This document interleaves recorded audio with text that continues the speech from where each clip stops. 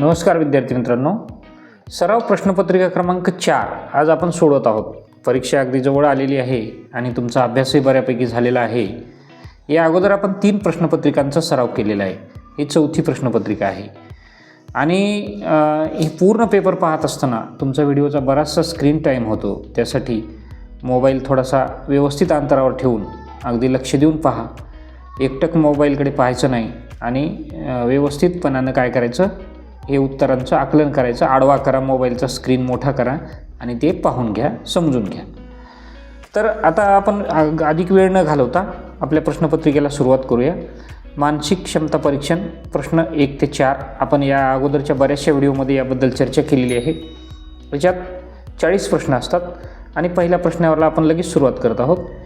तर काय म्हटलेलं आहे की ABCD आणि D मध्ये 4 आकृत्यापैकी 3 आकृत्या कोणत्या तरी बाबतीत समान आहेत आणि एक आकृती त्यापासून वेगळी आहे, म्हणजेच वेगळी आकृती शोधायची आहे।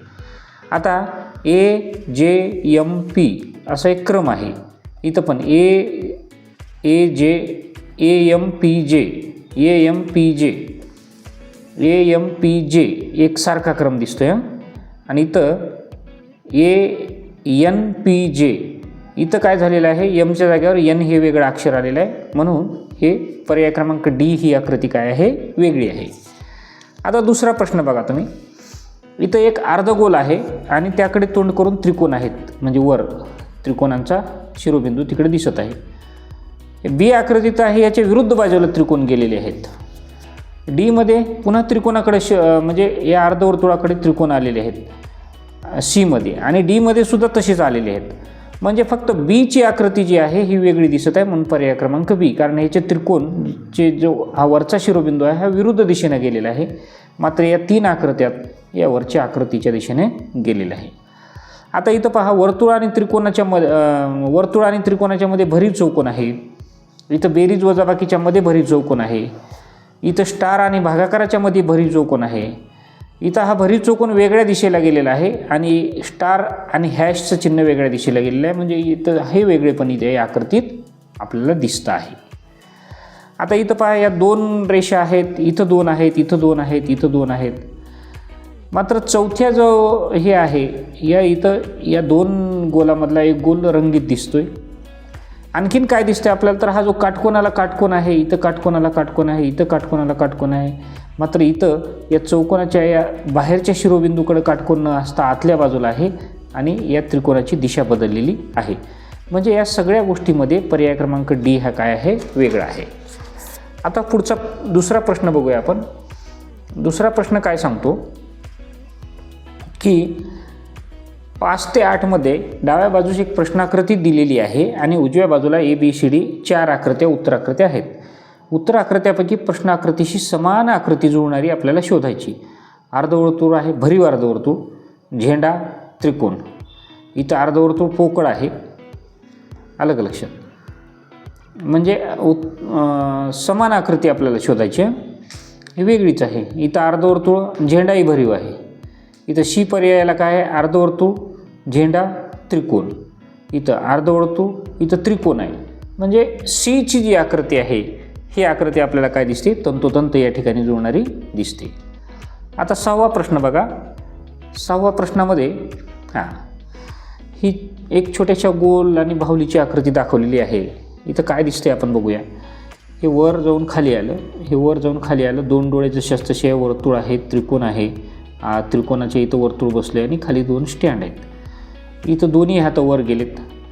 इथं काय दिसतंय, इथं हे खालचा चौकोनच वाढलेला आहे।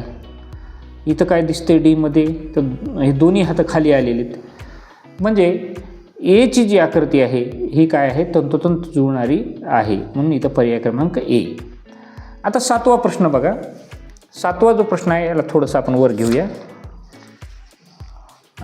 7व्या प्रश्नात पहा, एक फुलाची या वेलीसारखं गेलेलं आहे आणि हे पानंसुद्धा दाखवलेले आहेत। इथं वर्तुळ आहे, इथं सुद्धा तसंच आहे। हे 2 पानं दिसत आहेत, हे मोठं पानं आहे, हे छोटं आहे, हे मोठं आहे, हे छोटं आहे, हे तंतोतंत आकृती जुळते। आता इकडे वेगळे पण काय दिसते आपल्याला, हे पहा, ह्या पानांचे प्रकार बदलला, हे वाकडी पानं झालीत यायची, हे वेगळे। इथं हे 2 पानं भरीव नाहीत, इथं काय आहे, इथं एक पानच गायब आहे, इथलं एक पान गायब आहे, म्हणजे या आकृतीशी तंतोतंत जुळणारी आकृती जी आहे ही पर्याय क्रमांक ए ही आहे. आता 8वा प्रश्न बघू आपण.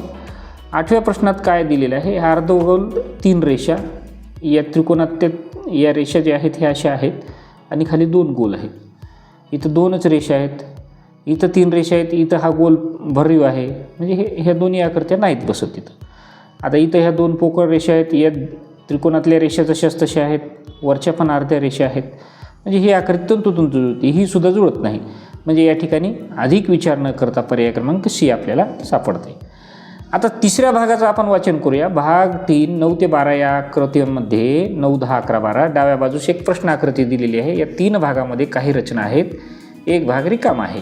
म्हणजे हा रिकामा भाग जो आहे हा इथं दिशा न बदलता अशाला असा बसून कसा दिसतो तो पाहायचा आहे. आता हा बसत असताना हा भाग कसा आहे, हे इथं अर्धवर्तुळ पूर्ण झालेलं आहे. म्हणजे इथं सुद्धा आपल्याला असं अर्धवर्तुळ पूर्ण होणार आहे आणि खालच्या बाजूला त्रिकोण असलेली ही रेषा, हा मोठा त्रिकोण दिसतोय, हे नाही होऊ शकत.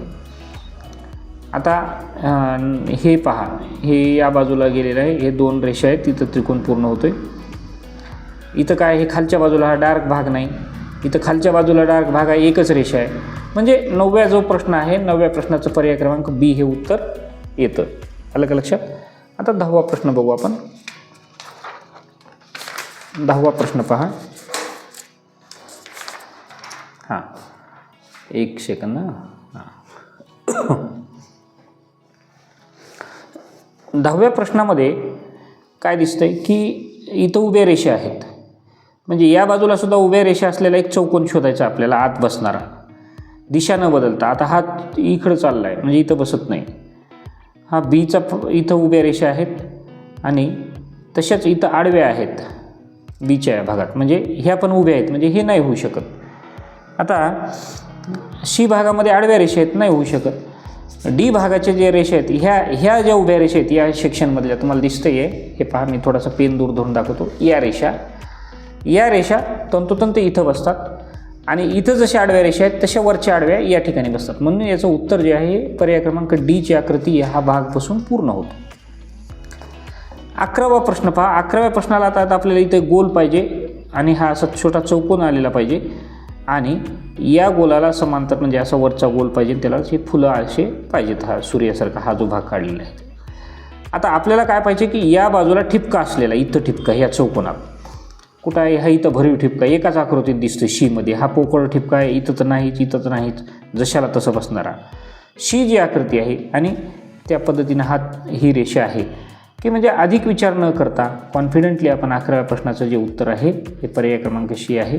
म्हणजे बुद्धिमत्तेमध्ये विद्यार्थी मित्रांनो आपल्याला खूप वेळ वाचवावा लागतो, मात्र चुका करायलाही चालत नाही बरं का. वेळ वाचवण्याच्या नादात चुकाही नाही झाल्या पाहिजे. तर जो प्रश्न अवघड आहे, किचकट आहे, त्याच्याबद्दल आपण बारीक विचार केलाच पाहिजे. आता ही इथं जी आकृती आहे हा त्रिकोणी भाग दिसतोय ना, तर हे अशी पेन्सिलसारखी आकृतीमध्ये बसणारी पाहिजे या त्रिकोणामध्ये इथल्या भागात. तर ही पेन्सिलसारखी आकृती मला एमध्ये दिसते आणि सीमध्ये एक दिसत आहे. तर दोन्हीपैकी कुठली तयार होते बघू. हा जो गॅप आहे ह्या पेन्सिलच्या पुढचा, हा गॅप कमी दिसतोय, इथं हा गॅप जास्त आहे. आता 12वा प्रश्न जर बघितला आपण तर शीचा जो हा गॅप आहे, हे पहा मी दुरून ठेवतो, हा गॅप हा या गॅपच्या बरोबरीने इथं दिसतो. इथं तर आकृती तशी आहे, मात्र हा गॅप छोटा आहे. बाकी बी आणि डीचा तर विचार करायचं कामच नाही, म्हणून पर्याय क्रमांक सी आहे. म्हणजे चुकलेल्या आकृत्या अगोदर आपण इलिमिनेट करायच्या, त्या दूर सारायच्या आणि योग्य आकृतीवर तंतोतंतपणे आपण जायचं. आता हा भाग 4 हा वाचू. प्रश्न क्रमांक 13 ते 16साठी जी सूचना आहे ते काय म्हणते, डाव्या बाजूस 3 प्रश्न आकृत्या दिलेल्या आहेत आणि चौथ्या आकृतीसाठी जागा रिकामी सोडलेली आहे. प्रश्न आकृत्या विशिष्ट अनुक्रमाने दिलेल्या आहेत. उजव्या बाजूला दिलेल्या आकृत्यांमधून अशी आकृती शोधून काढा की जी मोकळ्या सोडलेल्या प्रश्न आकृतीची जागा घेईल आणि अनुक्रम पूर्ण करेल. आलं का लक्षात? विशिष्ट असा अनुक्रम आहे या 4 आकृत्याचा, काहीतरी नातं आहे. आता काय नातं आहे हे आपल्याला शोधायचं विद्यार्थी मित्रांनो. एक त्रिकोण भरीव चौकोन, पुढच्या आकृतीत इथला चौकोन इथं पोगर झाला आणि असाच एक भरीव चौकोन वाढला. म्हणजे भरीव होता तो पोगर वाढला आणि इथं पोगर होता तो भरीव वाढला या आकृतीत. आता इथं पुन्हा एक चौकोन वाढला, इथं भरीव चौकोन वाढला आणि हा पोगर वाढला. आता आपल्याला काय करायचं आहे की या भागामध्ये इथं जर भरीव वाढला तर इथं पोगर त्रिकोण असला पाहिजे, पोगर त्रिकोण, आणि इथं भरीव त्रिकोण. आता आपल्याला हे शोधायचं या कोपऱ्यात पोगर त्रिकोण कुठं आहे. हे बघा इथं एला एक दिसतोय, बीला दिसतोय, सीला दिसतोय, डीला दिसतोय, सगळ्याच ठिकाणी दिसतोय. बरं, दुसरं काम काय करायचं आपल्याला की इथं हा असा चौकोन त्रिकोण इथं पाहिजे वर, इथं नाही, इथं आहे, त्यानंतर इथं एक आहे. म्हणजे बी आणि सीचा आपण विचार करूया. बी आणि सीचा विचार करता करता काय झालं, काय दिसलं आपल्याला बी आणि सीमध्ये, हे पहा हे दोन भरीव आहेत, हे दोन पोगर आहेत इथं. मात्र सीमध्ये काय झालेलं आहे, हे दोन्ही पोगर इथला जशास तसा इथं राहायला पाहिजे होता, हा सुद्धा नाही. म्हणजे 13व्याचं जे उत्तर आहे हे तंतोतंत कुठं बसते तर पर्याय क्रमांक बी म्हणून हे इथं बसते. म्हणजे ह्या सगळ्या गोष्टी साध्या पद्धतीने मी तुमच्याशी मोकळे क्लिअर करत आहे. 14वा प्रश्न आपण पाहूया. 14वा जो प्रश्न आहे इथं काय नातं आहे, चौकोन, भरीव त्रिकोण म्हणजे भरीव गोल आणि त्रिकोण आहे. आता ही आकृती अशी झाली, ही उभी झाली आहे. मग उभी झाल्यानंतर हा त्रिकोण या दिशेला गेला, क्रम तसाच राहिला. आता इथं आडवी वर गेली. आता वर गेल्यानंतर काय झालं पाहिजे, ही आकृती अशी गेली पाहिजे, म्हणजे हा त्रिकोणाचं तोंड उजव्या बाजूला आलं पाहिजे. हा त्रिकोण या दिशेला इथं गेला पाहिजे, इकडं तोंड करून. त्रिकोण कुठं आहे, हे बघा या डी आकृतीत दिसतोय. हा त्रिकोण आला, वर्तुळ, चौकोन. म्हणजे इथं आहे, मात्र इथं हे मधात गेले, हे मधात नव्हतेच. आणि ह्या दोन त्रिकोणाचा तर विचारच करायचा नाही. ज्या पद्धतीने ही आकृती फिरत आहे त्याच पद्धतीनं पर्याय क्रमांक डी हे पर्याय दिसतो आपल्याला. 15 क्रमांकाचा प्रश्न बघा. आता या खाली घेऊ याला आपण. हे पहा 15वा प्रश्न काय म्हणतो आपल्याला. हां, आता वर बाण आहे विद्यार्थी मित्रांनो आणि आत कोण दाखवलेला आहे. आता ही आकृती काय केली, हे असं जे सारखी केली, म्हणजे हा भाग वर गेला, हा भाग खाली आला. आता इथून हा भाग इकडे गेला. मग आता इकडे गेल्यानंतर आता पुढच्या आकृतीत काय होईल, हा जो भाग आहे हा उभा राहील इथं असा खाली. आता उभा भाग कुठं आहे, हे पर्याय क्रमांक सी मध्ये दिसतोय. पटकन आपण उत्तरावर चाललोय आणि हा बाण या दिशेला गेलेला असतो. तर 15वा जो प्रश्न आहे हा पर्याय क्रमांक सी. अगदी कमी वेळामध्ये आपल्याला उत्तराच्या जवळ आपण निघून गेलेलो आहोत. 16वा प्रश्न पहा. 4 उभे म्हणजे लॉलीपॉप सारखे आहेत. इथं 3 लॉलीपॉप आहेत आणि ही रेषा वाढली 1. इथं 2 लॉलीपॉप आहेत, 2 रेषा वाढल्या. आता 1 लॉलीपॉप राहील मध्ये. 1 लॉलीपॉप कुठं आहे, हां. आता दुसरी गोष्ट, हे या दिशेला गेले, पुन्हा या दिशेला गेले. आता या दिशेला लॉलीपॉप गेलेला राहिली, आडव्या दिशेला, हा इथं गेला. आणि रेषा किती, आता 2 आहेत तर 3 रेषा. या दिशेला लॉलीपॉप जाऊन इथं पूर्ण चौकोन आला आहे. चौकोन नाही पाहिजे आपल्याला. 1 2 3 रेषा आणि या दिशेला गेलेला लॉलीपॉप. म्हणजे 16वा जो प्रश्न आहे त्याची तंतोतंत जुळणारी आकृती आहे पर्याय क्रमांक डी. आता भाग 5 वाचू आपण. म्हणजे एवढ्या, आता तुम्ही जर कंटिन्यू 3 प्रश्नपत्रिका मागच्या पाहिल्या असतील तर तुमच्यासाठी हे फार सोपं आहे. तुम्हाला काहीच अवघड नाही विद्यार्थी मित्रांनो. हे मार्क तर सहज तुमच्या हातात आहेत. हां, तर आपल्याला सूचना वाचायच्या. प्रश्न क्रमांक 17 ते 20 मध्ये प्रत्येकी 2 प्रश्न आकृत्यांचे 2 गट आहेत. दुसऱ्या गटामध्ये 1 प्रश्नचिन्ह आहे, म्हणजे इथं प्रश्नचिन्ह आहे. पहिल्या 2 आकृतीत जे नातं आहे तेच नातं या 2 आकृतीत आहे. आणि मग ते काय जे आहे ते आपल्याला शोधायचे संबंध. आता या 2 आकृत्यामधलं नातं शोधूया आपण. हा जो आतला त्रिकोण आहे इथं बाहेर गेला आहे. हे बाहेरच्या चौकोनाचा विचार नका करू विद्यार्थी मित्रांनो. आतला त्रिकोण बाहेर गेला आहे. बाहेरचा चौकोन आत आला आणि सगळ्यात बाहेरचं वर्तुळ जे आहे हे बाहेरचं जिथं त्रिकोण गेलं आहे. म्हणजे काय करायचं, थोडक्यात हे बाहेरचं वर्तुळ सगळ्यात आत आलं पाहिजे. मधला चौकोन मध्येच राहिला आहे आणि आतला त्रिकोण बाहेर गेला आहे. मधला चौकोनात काही बदल झालेला नाही. आता इथे 3 आकृती आहेत. हा बाहेरचा चौकोन आत आला पाहिजे. म्हणजे आता काय करायचं माहिती आहे का, मधला त्रिकोण मोठा झालाहून बाहेर आला पाहिजे. मधला त्रिकोण आलं का लक्षात. मग इथं मधला त्रिकोण बाहेर कुठं आला आहे, हे बघा बी आणि सी या 2 आकृत्यात आला आहे. मात्र बाहेरचा जो चौकोन आहे तो आत बी आकृतीला आला आहे आणि पंचकोन जशास तसा राहिलेला आहे. म्हणजे 17वा जो प्रश्न आहे, किती नातं छान आपल्याला एन्जॉय येते पहा बरं. म्हणजे हे बुद्धिमत्ता जे आहे हा पेपरचं तुमचा अजिबात ताण कमी करता करता खेळत खेळत पेपर नेणार आहे. त्याच्यामुळं फक्त एवढं करायचं, मधून तुम्हाला मी सूचना देतो. ज्या हॉल तिकीटवर सूचना आहेत तशा पद्धतीचंच पेन परीक्षेला घेऊन चला आणि पेपर सोडवताना आता 17व्या प्रश्नाचं पर्याय क्रमांक बी उत्तर आहे. तर तुम्ही तिथं 17व्या प्रश्नाला बीलाच गोल केलं का, हे सुद्धा पाहणं फार महत्त्वाचं आहे विद्यार्थी मित्रांनो. नाहीतर आपण एवढी मेहनत करून आपले उत्तर जाऊ शकतात. हां, हे पहा, या वर्तुळाचे 4 भाग आहेत, इथंही 4 भाग आहेत, तो काही बदल नाही. मात्र हे जे वर्तुळ आहे, इथला भाग इथं गेला आणि इथला भाग इथं गेला, इथला खाली आला, आणि हा चौकोन जो आहे इथं गेला आहे, हा चौकोन इथं गेला आहे, म्हणजे अशा पद्धतीनं हे फिरलं आहे. आता तसंच दुसरी गोष्ट काय आहे की ते या दिशेनं होतं, आता या दिशेने म्हणजे इथला इथं हा त्रिकोण होता, वरचा खाली आला आहे, अलग लक्षात. आता इथं काय होईल पहा, 18वा जो प्रश्न आहे, 18व्या प्रश्नामध्ये हा जो वर्तुळ आहे हा इथला, हा वर गेला,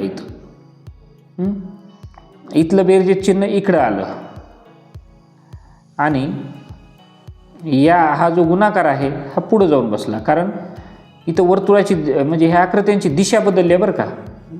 हे असं होतं, आता हे असं आहे. मग असं असताना काय होतं आणि असं असताना काय होईल, हा सुद्धा आपल्याला विचार करावा लागतो. कारण हे पहा, आता अशा प्रश्नाला जाऊ द्या, थोडासा वेळ जात असेल तर हरकत नाही, आपण त्याच्यावर चर्चा करून समजून घेऊया.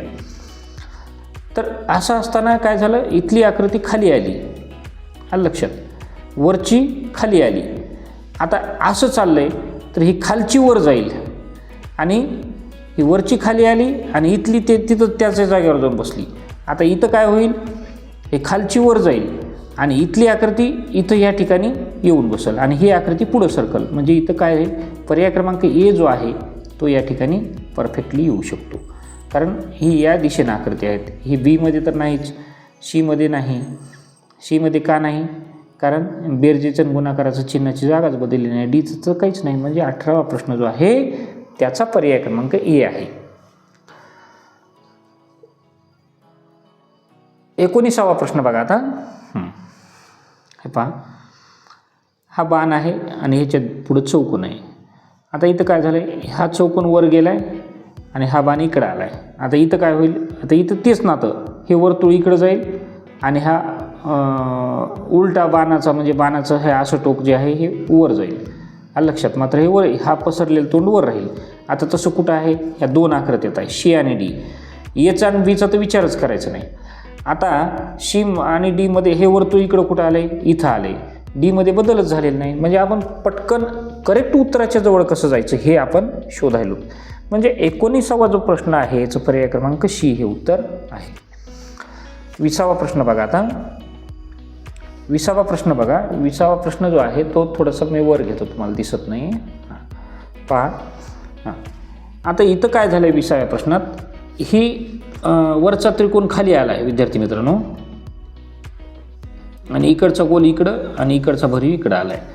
आता इथं काय लिहिलं, वरचं वर्तुळ खाली येईल. आता खाली वर्तुळ ह्या 3 आकृती येतात, येला तर सोडूनच द्यायचं. हां, साध्या सोप्या भाषेत विद्यार्थी मित्रांनो आपण शिकतो. आणि इकडचं जे वर्तुळ आहे हा त्रिकोण इथं वर जाईल, हा त्रिकोण इथं वर जाईल म्हणजेच, आणि हा त्रिकोण इकडे येईल. म्हणजे हा जो चौकोन आहे हा जशाच तसा इकडं बसला आहे, असं तिरपा नाही झाला बरं का, हा चौकोन इथं बसला आहे. म्हणजे लक्ष देऊन पहा तुम्ही, हा चौकोन जशाच तसा या बाजूला जाऊन बसला आणि हा चौकोन इथं आला. तर 20वा जो प्रश्न आहे हिची आकृती बघा, हा इकडं जाऊन बसला आणि हा इकडं आला. म्हणजेच हा जो आहे हा ए या बाजूला आला, पोकळ वर्तुळ खाली, म्हणजे बी, याचा पर्याय क्रमांक बी आहे. आता सी आणि डी का नाही हे सुद्धा आपल्याला विचार करावा लागेल. सीमध्ये जसा इथं त्रिकोण आहे तसाच इथं भरीव त्रिकोण आहे, आणि डी का नाही तर डीमध्ये मध्ये चौकोन, मधल्या चौकोनाचा आकार बदलला आहे. म्हणजे हे नाही का, म्हणजे हे 3 उमेदवार हरलेत तर का हरलेत हे सुद्धा आपल्याला विचार करावा लागतो. आता आपण प्रश्न पाहूया 21वा प्रश्न भाग 6, ह्याचं वाचन करू थोडंसं.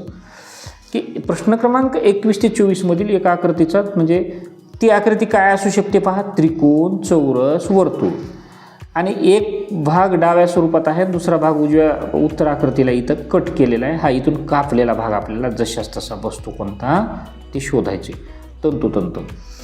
आता एक लक्षात घ्या, हे असं कापलं आहे, हे असं कापलं आहे, हा इथपर्यंत आला, हा इथपर्यंत आला, एमध्ये नाहीच बसणार, बी बघा, त्यानंतर सीमध्ये नाही, हा भाग वर आला आहे, इथं बसू शकत नाही, डीचं तर नाहीच बसू शकत, म्हणजे आपल्या शक्यता जास्त कुठं ए आणि बीमध्ये दिसत आहेत आपल्याला 21व्या प्रश्नामध्ये. तर एचा जो भाग आहे विद्यार्थी मित्रांनो, हा भाग वर गेला, हा बी भाग वर आहे, कसा बसेल बरं इथं? हा बाहेर आलेल्या भागाला बसायला इथं पोकळी पाहिजे का नको? म्हणजे पर्याय क्रमांक बी हे आहे. आता 22वा प्रश्न बघू आपण. 22वी आकृती.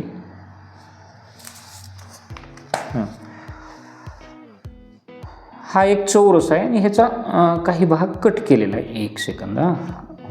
तर हा लांब आलेला भाग हे पाय इथं बसला, त्याच्यानंतर हा त्रिकोण आहे, त्याच्यानंतर हा काटकोन आहे, हा काटकोन आणि हा भाग इथं एला तंतोतंत बसायला आहे. बीमध्ये तर नाहीच, हे असं एवढं सगळं सपाट नाहीच. सीमध्ये हा काटकोन बसतो, मात्र एवढूसा नाही, इथं फार मोठा हा काटकोन बसणार आहे, हा एवढूशा भागात बसत नाही, ह्या एवढूशा भागात. आणि डीला तर म्हणजे हे इथं बसण्यासाठी अशा पद्धतीचा भाग नाहीच आहे, म्हणजे बसणारच नाही. म्हणजे याचा तंतोतंत बसून चौरस तयार होणारा जो पर्याय क्रमांक आहे 22चा, तो पर्याय क्रमांक ए आहे. आता 23व्या प्रश्नामध्ये टरबूज असं फोडलंय पहा. 23वा जो प्रश्न आहे, हे फोड इथं तंतोतंत गेली, हा भाग बसला आणि हे असा आणि असा भाग इथं वर येऊन आला. इथं काय झालेलं आहे, इथं तसं नाहीच आहे, हा भाग इथं बसतच नाही ना. हे त्रिकोणामध्ये हा लंबगोल भाग कुठं बसणार आहे? आता हे इथं जर बघायला गेलं तर नाही, हे पहा हे कसं बसेल इथं, हा अशा पद्धतीचा काप कुठं आहे का? नाही. सी बी नाही आणि डी नाही होऊ शकत. असा ग्लाससारखा, पाण्याच्या ग्लाससारखा भाग नाही का आपल्याला. म्हणजे 23व्या प्रश्नाचं उत्तर तंतोतंत या आकृतीत मिक्स होणारी आकृती जी आहे ती पर्याय क्रमांक ए ची आहे. आता 24व्या आकृतीचा त्रिकोण कट केलेला आहे, त्रिकोणाचा भाग कट केला आहे विद्यार्थी मित्रांनो. तो कसा कट केला आहे पहा. हे पहा इथं हा जो भाग दिसतोय ना, हा खाली आलेला भाग आहे, ह्या भागात बसणारा. इथं असा कुठं बसन भाग, इथे नाही बसत असं. एचा आणि बीचा तर विचार करायचं कामच नाही. म्हणजे 24व्या भागात बसणारा जो भाग आहे सी. का बरं मी म्हटलं असं? कारण हे बघा इथं हे इथं बसणारे ह्या आणि ह्या रेषा आहेत आणि हा अर्धगोल तर ह्याच्यात फिटिंग बसायला आणि हे खालचं, तेव्हा त्रिकोण पूर्ण व्हायला लागला आहे.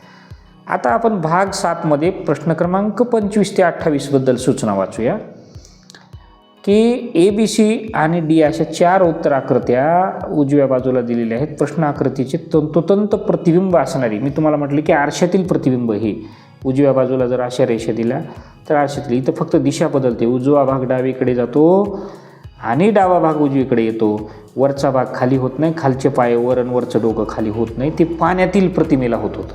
आलं का लक्षात? आपल्याला इथं फक्त आता अलीकडे आरशातील प्रतिमाच विचारल्या जात आहेत. त्यामुळं मग आता आपण असं हे करूया की आता हे पहा, हे 2 भरीव गोल आहेत, ह्या सगळ्याच आकृत्यात आहेत, त्याच्यामुळे त्याचा प्रश्न नाही.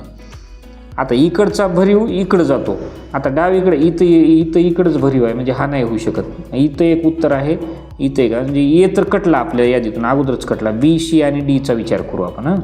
आकृत्या सगळ्यासारख्याच. हा रेघाळा त्रिकोण इकडं गेला पाहिजे आणि हा चौकोन इकडं आला पाहिजे. मग रेघाळा त्रिकोण इकडं कुणी आकृतीत आहे तर डी आकृतीत आहे, फक्त डी आकृतीत. एमध्ये असून काय उपयोगाचं नाही, कारण एमध्ये हा भाग बदलला नाही. म्हणून प्रश्न क्रमांक 25चं जे उत्तर आहे ते 25चं उत्तर आहे पर्याय क्रमांक डी. आता 26वा प्रश्न बघू आपण. 26वी सुद्धा हे आपल्या, मी म्हणतो नेहमी मी उल्लेख करतो या गोष्टीचा की आपल्या हातातले मार्क आहेत आणि हे आपण नाही जाऊ द्यायला पाहिजे. आता या डीचं तोंड इकडं जाते विद्यार्थी मित्रांनो, हे 3 आहे, हे 6 होते, हे यल आहे, हे असं बनते, हे 7 इकडं दिसते, हे असं 7 आणि क्यू इकडे येते. आता क्यूचं शेपूट इकडं कुठं आहे? या पहिल्याला आहे, दुसऱ्यात नाही बदललं म्हणजे दुसरा नाहीच होऊ शकत, तिसऱ्यात बदलले. म्हणजे ए आणि सी मध्येच विचार करायचा. इथं क्यू सारखाच राहिला आहे, कशामध्ये? बीमध्ये आणि डीमध्ये. यांचे शेफ्ट खालचे याच दिशेला राहिलेत नाही. आता ए आणि सीमध्ये आपण उत्तर शोधूया. क्यूच्या नंतर दुसरं आहे 7 आता 7 तोंड इकडं रेषा आहेत 7च्या. आता आपल्याला हे 7 जे आहे हे या दिशेला गेलेलं दिसेल आपल्याला, म्हणजे दोन्ही तर तिकडंच गेल्यात, म्हणजे ठीक आहे. आता एलचं तोंड इकडं आहे, आता इकडं तोंड गेलेलं पाहिजे, इकडं एलचं तोंड इकडं गेलेलं पाहिजे. आता शीमध्ये उत्तर का नाही, कारण शीमध्ये एल जशाला तसा दाखवला आहे. बी डी तर आपण अगोदरच काढलं होतं, म्हणजे अर्धा विचार करता करताच आपण उत्तराच्या एकदम तंतोतंत जवळ गेलो. हे 3, 6 आणि डी, म्हणजे 26व्या प्रश्नाचं जे उत्तर आहे हे पर्याय क्रमांक ए आहे. परफेक्ट आपण उत्तराजवळ गेलो. म्हणजे अगोदर एक एक एक एक मुद्दा घेऊन आपण चुकीच्या उत्तरांना कापत बरोबर उत्तराच्या जवळजवळ जात आहोत. आता पुढं लक्ष द्या विद्यार्थी मित्रांनो, 27वा प्रश्न आहे आरशातील प्रतिमा. आता मला एक सांगा, हा बाण या दिशेला पाहिजे, हा बाण आहे ना इकडं, लक्ष द्या, खालीवर नाही, हा बाण इकडं पाहिजे. आता इकडं बाण कुठं दिसते हे पहा, आकृती क्रमांक सी मध्ये दिसते. किती तुमचं काम हलकं झालं पहा बरं, किती म्हणजे परफेक्टली विचार. आता इथं आहे बाण, पण हा भरीव आहे, ह्याच्याबद्दल तर विचारच करायची गरज नाही. हे गोल जसे तसे राहिलेत, म्हणजे ए बी आणि डीचं तर उत्तर नाहीच नाही. चला मग आता बाकीच्या गोष्टी आपण तपासून घेऊया. आता हा गोल या दिशेला पाहिजे, हा गोल इथं आहे, हा भरीव गोल इथं, खालचा बाण इकडे. म्हणजे 27व्या प्रश्नाचं जे उत्तर आहे हे पर्याय क्रमांक सी. किती पटकन आपण या उत्तराजवळ गेलो, नाही तर एवढ्या आकृतीत डोकं खपवायला आपल्याला किती वेळ गेला असता विद्यार्थी मित्रांनो. एक एक प्रश्न असतो थोडासा किचकट बरं का, त्याकडे आपण थोडंसं बारकाईने लक्ष दिलं पाहिजे. तसं तर प्रत्येक प्रश्नाकडे बारकाईने लक्ष दिलं पाहिजे आपण, परंतु सहज उत्तराच्या जवळ कसं जायचं या सोप्या ट्रिक आहेत आपल्या, म्हणजे ह्या सगळ्या सरावाने येतात विद्यार्थी मित्रांनो. आता पहा, मी तुम्हाला म्हटलं नाही ही आरशातील प्रतिमा आहे, आणि हा जो उभा झेंडा लागून गोल आहे हा इथं आहे, इथं गोल पाहिजे झेंडा लागून. हे बघा इथं आहे, इथं आहे, इथं नाही, म्हणजे पर्याय क्रमांक शीला तर बघायचं कामच नाही. ए बी आणि डीमध्ये आपण उत्तर शोधायचे. आता हा जो त्रिशूळ आहे आकाराचा अर्धवर्तुळ तो इकडं पाहिजे, इथं तर नाही, म्हणजे ए पण कटला. चला आता शीमध्ये डीमध्येच उत्तर शोधू. आता सीमध्ये त्रिशूळ असा इथं हे अशा पद्धतीचा आला आहे बाणासारखा, म्हणजे इथं नाही. आता उत्तर तंतोतंत आपलं डी आहे. आता डी आहे तर हा जो बाण आहे इकडे जाऊन असा झाला, खालचा बाण मात्र जशा तसा राहतो. मी म्हणलं ना तुम्हाला, फक्त खालचा वरचा खाली होत नाही, मात्र खाली टोक असलेला इकडच्या दिशेचा इकडे गेला. म्हणजे 28वा जो प्रश्न आहे याचं पर्याय क्रमांक डी हे उत्तर आहे. भाग 8च्या प्रश्नाचं आपण वाचन करूया. हे थोडंसं किचकट असते बघा. इथं थोडंसं मार्क जाण्याची शक्यता असते, बारकाईने या प्रश्नाचा आपल्याला विचार करावाच लागतो. तर इथं काय केलेलं आहे, एका सूचना वाचू आपण. 29 ते 32मध्ये 29, 30, 31, 32 प्रश्न. डाव्या बाजूकडील प्रश्न आकृतीत दाखवल्याप्रमाणे एका कागदाच्या घड्या घालून त्याला भोके पाडलेले आहेत आणि ए बी सी आणि डी अशा 4 आकृत्या उजवीकडे दिलेल्या आहेत. घड्या उलगडल्यावर कागद कसा दिसेल अशा उत्तर आकृतींची निवड करा. आता काय केले, अगोदर हा कागद आहे आतला, त्याला इथून इकडं फोल्ड केलं, पुन्हा खालून वर फोल्ड केलं, खालून वर फोल्ड केले, आणि वर फोल्ड केल्यानंतर हा कोपरा रंगवला आहे. आणि हे असं करून असं केलं. विद्यार्थी मित्रांनो, आता जेव्हा तुम्ही ह्याला असं खाली पलटून टाकसाल त्यावेळी काय दिसेल, किंवा असं जरी टाकलं तर हे जे काळा आहे हा काळा डॉट त्रिकोण इकडं पण दिसेल, हा काळा त्रिकोण इकडं टाकल्यावर इकडं पण दिसेल, हे असा अलग लक्षात, आणि या दिशेला पण असा दिसेल. म्हणजे हे 2च त्रिकोण दिसतील बरं का. हे इथून असा इकडं आलेला, आणि तसे त्रिकोण आकृती क्रमांक शीमध्ये दिसत आहेत आणि डीमध्ये एक दिसतात. आता दोन्हीपैकी बघू आपण. आता ही जी आकृती आहे हे अर्धगोल इकडे जाऊन पूर्ण होईल, आणि तशीच खालीसुद्धा गोल असलेली आकृती इथं होईल. म्हणजे हे वरचं अर्धगोल आकृती उकलली की पूर्ण गोल होतं, आणि इथं पूर्ण गोल आणि खाली पूर्ण गोल हे मला आकृती क्रमांक डीमध्ये दिसतंय. म्हणजे उत्तराच्या जवळ कसं जायचं ते आपण शोधलेलं आहे, आणि याचा पर्याय क्रमांकसुद्धा डी आहे. पहा आता हा 30वा प्रश्न पाहू. हा गोल कागद आहे, इथून इकडं असा फोल्ड केला अर्धा, त्याच्यानंतर अर्ध्याचा पाव भाग केला असा, आणि पाव भाग केल्यानंतर मधोमध छिद्र पाडले, आणि या छिद्राच्या बरोबर या दिशेला ही एक खाच पाडली. आता उघडल्यानंतर लक्षात घ्या विद्यार्थी मित्रांनो, असं उघडल्यानंतर आता इथं पण एक गोल दिसेल आणि त्याच्या इथं खाच दिसेल, इथं गोल दिसेल, पुन्हा असं उघडल्यानंतर म्हणजे हा भाग इथं गोल इथे खाच, इथं म्हणजे 4 गोल आणि 4 खाची पाहिजेत. इथं 2 गोल आहेत म्हणजे हे नाहीच. त्याच्यानंतर इथं पहा हे 4 गोल आणि 4 खाची दिसत आहेत. इथं पहा खाच कुठं आणि गोल कुठं. आता इथं खाच ही अशी पाडलेली आहे, त्याच्या त्रिकोणाचा जो तयार झाल्यासारखा भाग आहे त्याच्या इथं शिरोबिंदूच्या समोर वर्तुळ आहे, आणि या 3 नंबरमध्ये हे त्रिकोण कुठं चाललं आहे, वर्तुळ कुठं चाललं आहे, असं नव्हताच आपला भाग. इथं तर 2च खाची आहेत, म्हणजे याचं पर्याय क्रमांक बी हे उत्तर आहे. बरोबर खाचीच्या समोर वर्तुळ आहे. एक बघायचं फक्त ह्या एवढ्याच भागात बघायचं अगोदर की ह्या भागामध्ये इथं हे आहे तर तिकडे कसे असेल, अशा पद्धतीनं हा झाला. आता 31वा प्रश्न बघा. 31वा जो प्रश्न आहे, हां लक्ष द्या. हे पहा, हा चौकोनी कागद आहे. इथून इथं घडी घातली, त्याच्यानंतर वर घडी घातली. आता इथं काय केलं आहे, 2 डोळे वर एक गंध लावला आणि खाली हे काय असं केलेलं आहे. ठीक आहे, नो प्रॉब्लेम. आता हे खालचा जो भाग आहे चारही बाजूला काळा राहील. हे खालचा इथून उघडल्यानंतर इथं इथं इथं इथं म्हणजे एक अशा पद्धतीचा चौकोन राहील काळा. तर तो सगळीकडेच आहे. मात्र तो चौकोन कसा आहे, त्याचे शिरोबिंदू वर खाली आहेत, वर खाली आहेत. इथं हा चौकोन नाही, इथं वर खाली आहेत. म्हणजे आता पहा, बी आणि डी या 2 ठिकाणी उत्तर असण्याची शक्यता आहे. बी आणि डी म्हणजे 31व्या प्रश्नामध्ये. आता एन चित्र अगोदरच कटलं, कारण अशा पद्धतीचं चौकोन सेंटरला नाही. आणि बी आणि डीमध्ये पाहत असताना आता पहा, इथं खाच आहे, इथं खाच आहे. आता ह्याच्यानंतर इथं टाकल्यानंतर इथं पण खाची दिसतील तुम्हाला, आलं का लक्षात. म्हणजेच आता ही जी खाच आहे अशी आहे. आता ह्याला इथून ठेवल्यानंतर असं आयत आकृती खाच दिसेल, आलं का लक्षात. त्यानंतर इथं आयत आकृती खाच दिसेल, इथं दिसेल, इथं दिसेल. आणि बी आणि डीमध्ये जर आपण कंपॅरिझन केलं तर 31मध्ये ही खाच इथं दाखवली, इथं 2-2 खाची नाहीत. आता हा जो भाग उघडून टाकल्यानंतर ह्या खाचेला इकडची खाच जॉईंट होईल, म्हणजे अशा पद्धतीची आयत आकृती खाच असेल.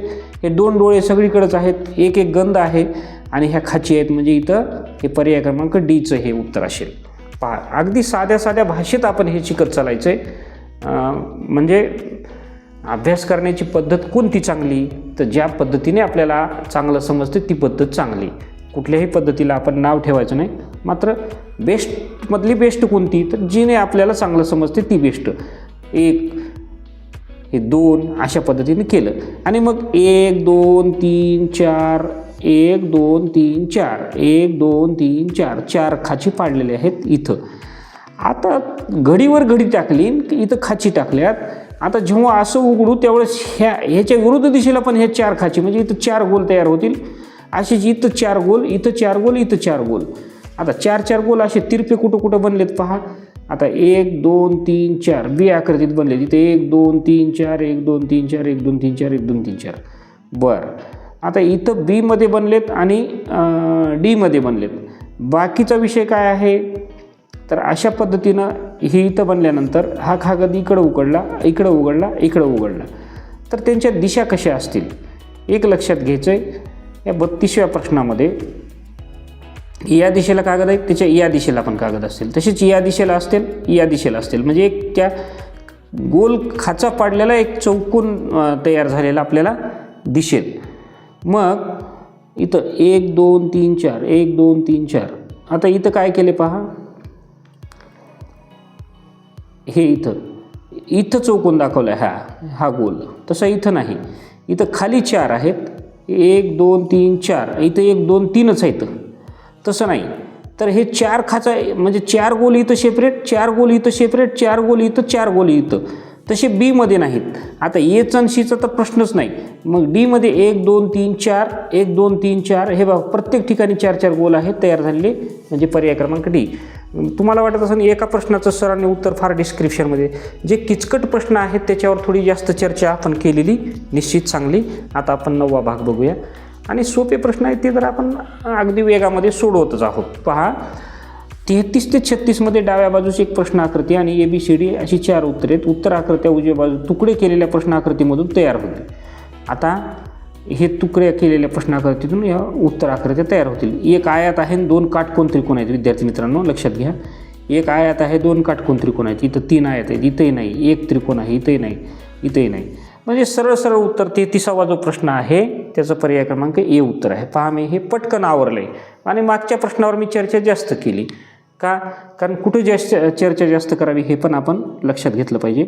हे पहा, ही अशी टरबुजाची फोड कापल्यासारखी कापली, ही अशी कापली. हे 2 अर्धे भाग आहेत.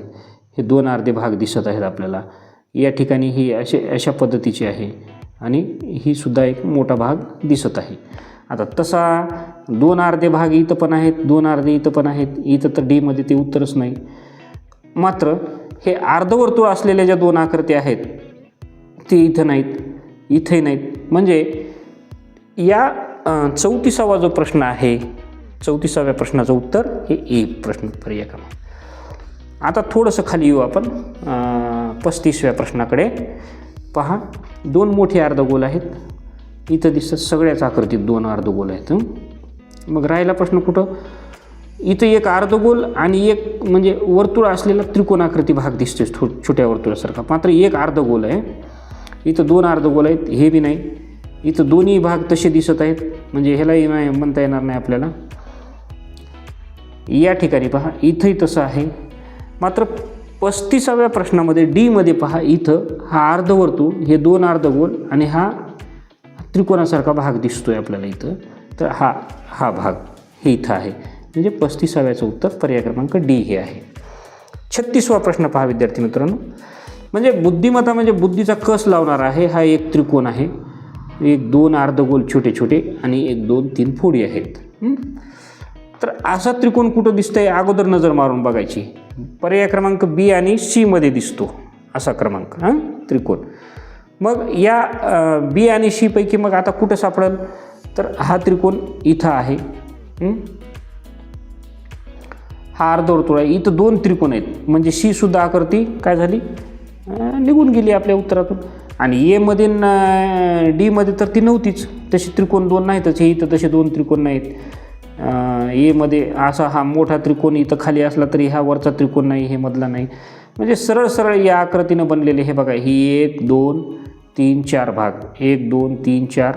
त्याच्यानंतर हा वरचा भाग अर्धवर्तुळ असलेला त्रिकोण आणि हा पुरेपूर त्रिकोण, म्हणजे पर्याय क्रमांक बी. 36वा प्रश्न. 37वा जो प्रश्न आहे तो आता बघू आपण. 37 ते 40 मध्ये हा आपल्या बुद्धिमत्तेमधला शेवटचा भाग आहे, 10वा भाग.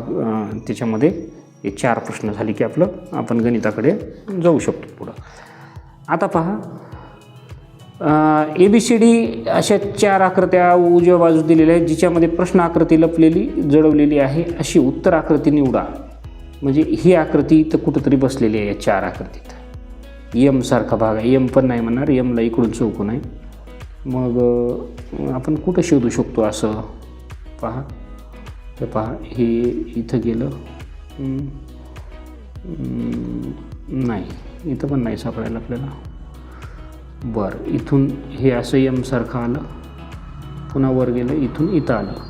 म्हणजे हे डी आकृतीमध्ये मला वाटतं हे भाग इथं लपलेला आहे, तो परफेक्ट आहे. ह्याचा 37व्या प्रश्नाचं जे उत्तर आहे पर्याय क्रमांक डीचं आहे. 38वा प्रश्न बघा. आता हा भाग, ही आडवी रेष, ही तिरपी रेष, हे आडवी रेष, ही तिरपी रेष दिसायली मला. त्याच्यानंतर ही खाली आलेली रेष, वर गेलेली रेष इथं दिसते. ही म्हणजे ही अशी छोटीशी आडवी रेष, हे क्रॉस गेलेली तिरपी रेष, ही रेष क्रॉस, ही अशी, ही खाली आली इथं गेली, ही खाली आली इथं गेली. माझ्या पेनची कदाचित सावली पडून आपल्याला मला शीमध्ये उत्तर सापडते 38व्या प्रश्नाचं, हे इथं. आता 39वा प्रश्न बघा. 39व्या प्रश्नामध्ये पतंगासारखा चौकोन आहे एक असा छोटासा. तर इथं कुठं तो दिसत नाही. एमध्ये, बीमध्ये पण नाही दिसायला. पहा, बीमध्ये नाही, बीमध्ये पण नाही तसा. सीमध्ये आपण बघूया.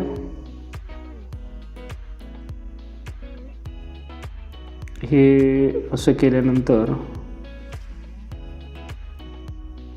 सीमध्ये कुठं असेल तो भाग, मला शक्यता वाटते सीमध्ये असण्याची. पहा, हे टोक गेलं असं. पहा विद्यार्थी मित्रांनो, अशा प्रश्नाला वेळ जातो बरं का. कुठून सापडणार ते. हा त्रिकोण आला एक, त्याच्यानंतर हा आला नाही, त्याच्यानंतर हा,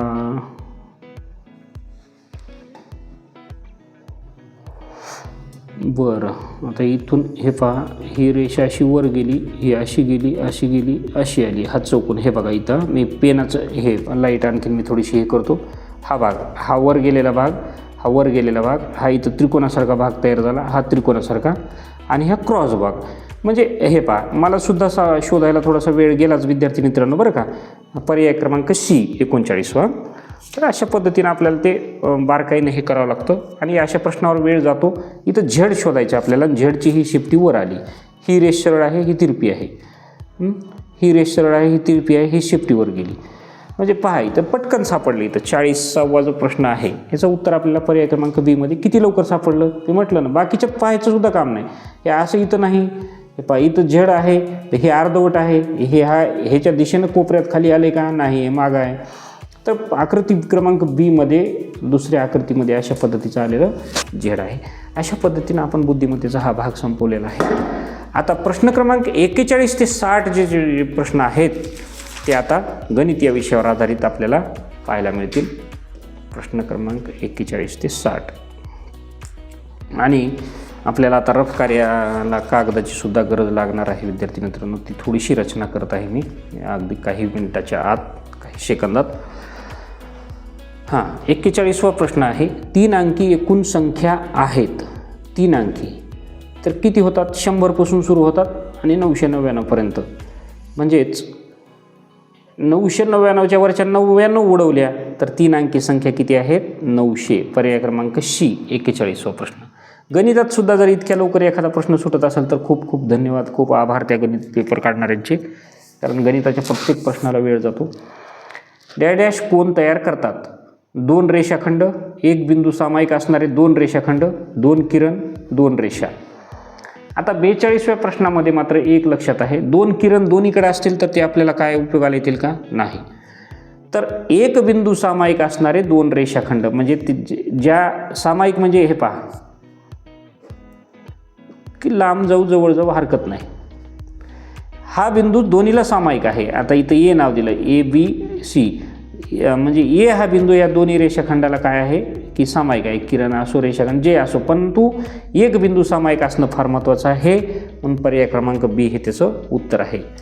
आता मोठ्यात मोठी 5 अंकी संख्या 43वा प्रश्न बघा. आता एक सेकंद. मोठ्यात मोठी 5 अंकी संख्या आणि लहानात लहान 5 अंकी संख्या यातील फरकाला पुढील कोणत्या संख्येने निशेष भाग जाईल? आता मोठ्यात मोठी 5 अंकी संख्या जर तयार करायची असेल विद्यार्थी मित्रांनो, थोडंसं 1 2 3 4 5 झालं. मी तुम्हाला मागच ट्रिक सांगितल्यात ह्या की सरळ जेवढी अंकी मोठ्यात मोठी तेवढी 9 लिहायची आणि 5 अंकी लहानात लहान. अगोदर 1 टाकायचं, 1 म्हणायचं, 1 2 3 4 5 झाली 5 अंकी लहानात लहान संख्या. म्हणजे आता हे सगळं शिकलं आहे आपण, ह्याला आता डोकं लावत बसायचं नाही. ह्याच्यातला फरक जो आहे हा 9 फरकाला म्हणले ना, म्हणजे वजाबाकीला 9 9 9 आणि 9मधून 1 गेले 8. आता या संख्येला कोणत्या संख्येने निशेष भाग जाईल? जर या संख्येतील अंकांची बेरीज जर 3च्या पाड्यातील किंवा 3ने भाग जाणारी आली तर 3ने जाऊ शकतो. 9 9 18 9 9 18 18 36 36 आणि 8 8 आणि 6 14 44 44 आहे. म्हणजे 3 भाग जाण्याचा काही विषय येत नाही. किंवा 9 8 17 9 1 9 9 2 18 9 3 27 9 4 36 36 आणि 8 8 आणि 6 14 44 म्हणजे नाही. 3 भाग जायचा प्रश्न नाही. समसंख्या नाही त्यामुळे 2 भाग जाण्याचा प्रश्न नाही. आता राहिले 5 आणि 7, एकक स्थानी 0 आणि 5 नाही त्यामुळे 5 भाग जायची शक्यता नाही. आता आपण 7 भागच घालून बघू आपण. जाऊ दे, थोडासा वेळ जाईल. आपली सराव प्रश्नपत्रिका आहे, मात्र फायनल परीक्षेमध्ये या गोष्टीचा आपल्याला फायदा होईल. विद्यार्थी मित्रांनो, 7 1 7 7 1 7 1 उरलं. 7 2 14 7 1 21 7 2 14 14 5 14 5 19 मग झालं 59. मग 7 न 59ला भागा 7 8 56 7 9 63 7 8 56 57 58 59 3 उरले 39 7 5 35 36 37 38 39 4 उरले 7 7 49. जमलं ना. 12,857 भागाकार आला. म्हणजे 7 या संख्येनं निशेष भाग गेला. मात्र विद्यार्थी मित्रांनो, हे न करता सुद्धा आपण जर नुसता फरक काढला असता, त्यातल्या 3 अंकांच्या कसोट्या जर वापरल्या, म्हणजे समसंख्या नाही म्हणून 2 भाग जात नाही, एकक स्थानी 0 2 4 6 8 यापैकी कोणता अंक नाही म्हणून 2 भाग जात नाही, संख्येतील अंकांची बेरीज ही 3 भाग जाणारी संख्या नाही म्हणून 3 भाग जात नाही. एकक स्थानी 0 आणि 5 नाही म्हणून 5 भाग जात नाही. मग भाग नाही जात सगळ्यांनी, 3 जात नाही तर मग जाईल कशानं? 7. इथे एक आपण करून बघितलं, परंतु याचं उत्तर हे या पद्धतीनं आहे. आता 44वा प्रश्नाकडे आपण जाऊया.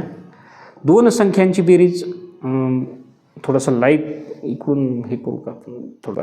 2 संख्यांची बेरीज 9/4 आहे.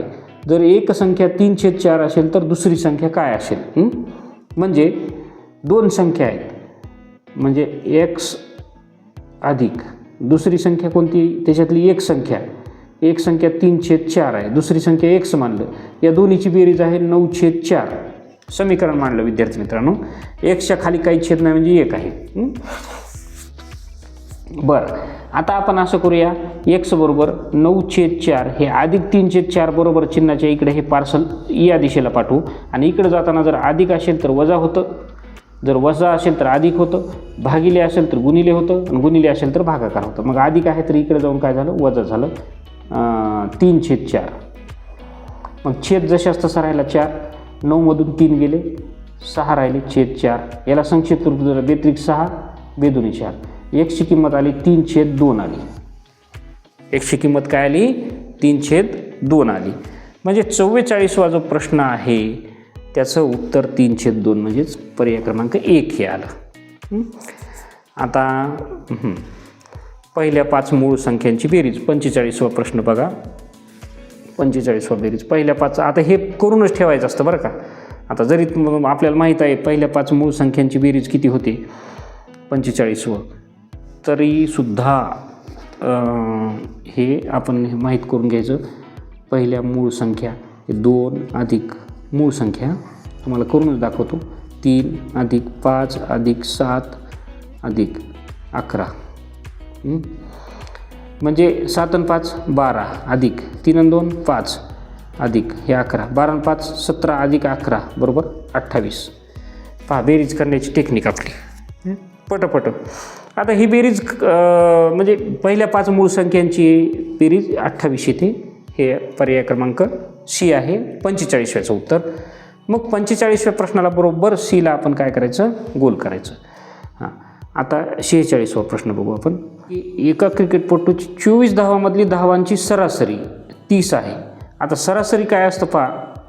आता तुम्ही 3 दिवस शाळेत गेलात, 3 दिवसाची सरासरी आहे, म्हणजे तुम्हाला शाळेत जायला 2 तास लागले अधिक 3 तास लागले अधिक तिसऱ्या दिवशी, चौथ्या दिवशी पुन्हा 5 तास लागले किंवा 4 तास लागले. मग या 3 दिवस आहेत, 3 दिवस गेलात तुम्ही, 4 तास लागले आणि दिवस किती होते? 3, म्हणजे रीडिंग 3 आहेत. 3 आणि 2 5 आणि 4 9 भागिले 3, 3 1 3, 3 3 9, म्हणजे तुमच्या जाण्याची सरासरी ही काय आली? 3 तास आली. तुम्हाला शाळेत जायला दररोज सरासरी 3 तास लागतात, 3 तास लागतात.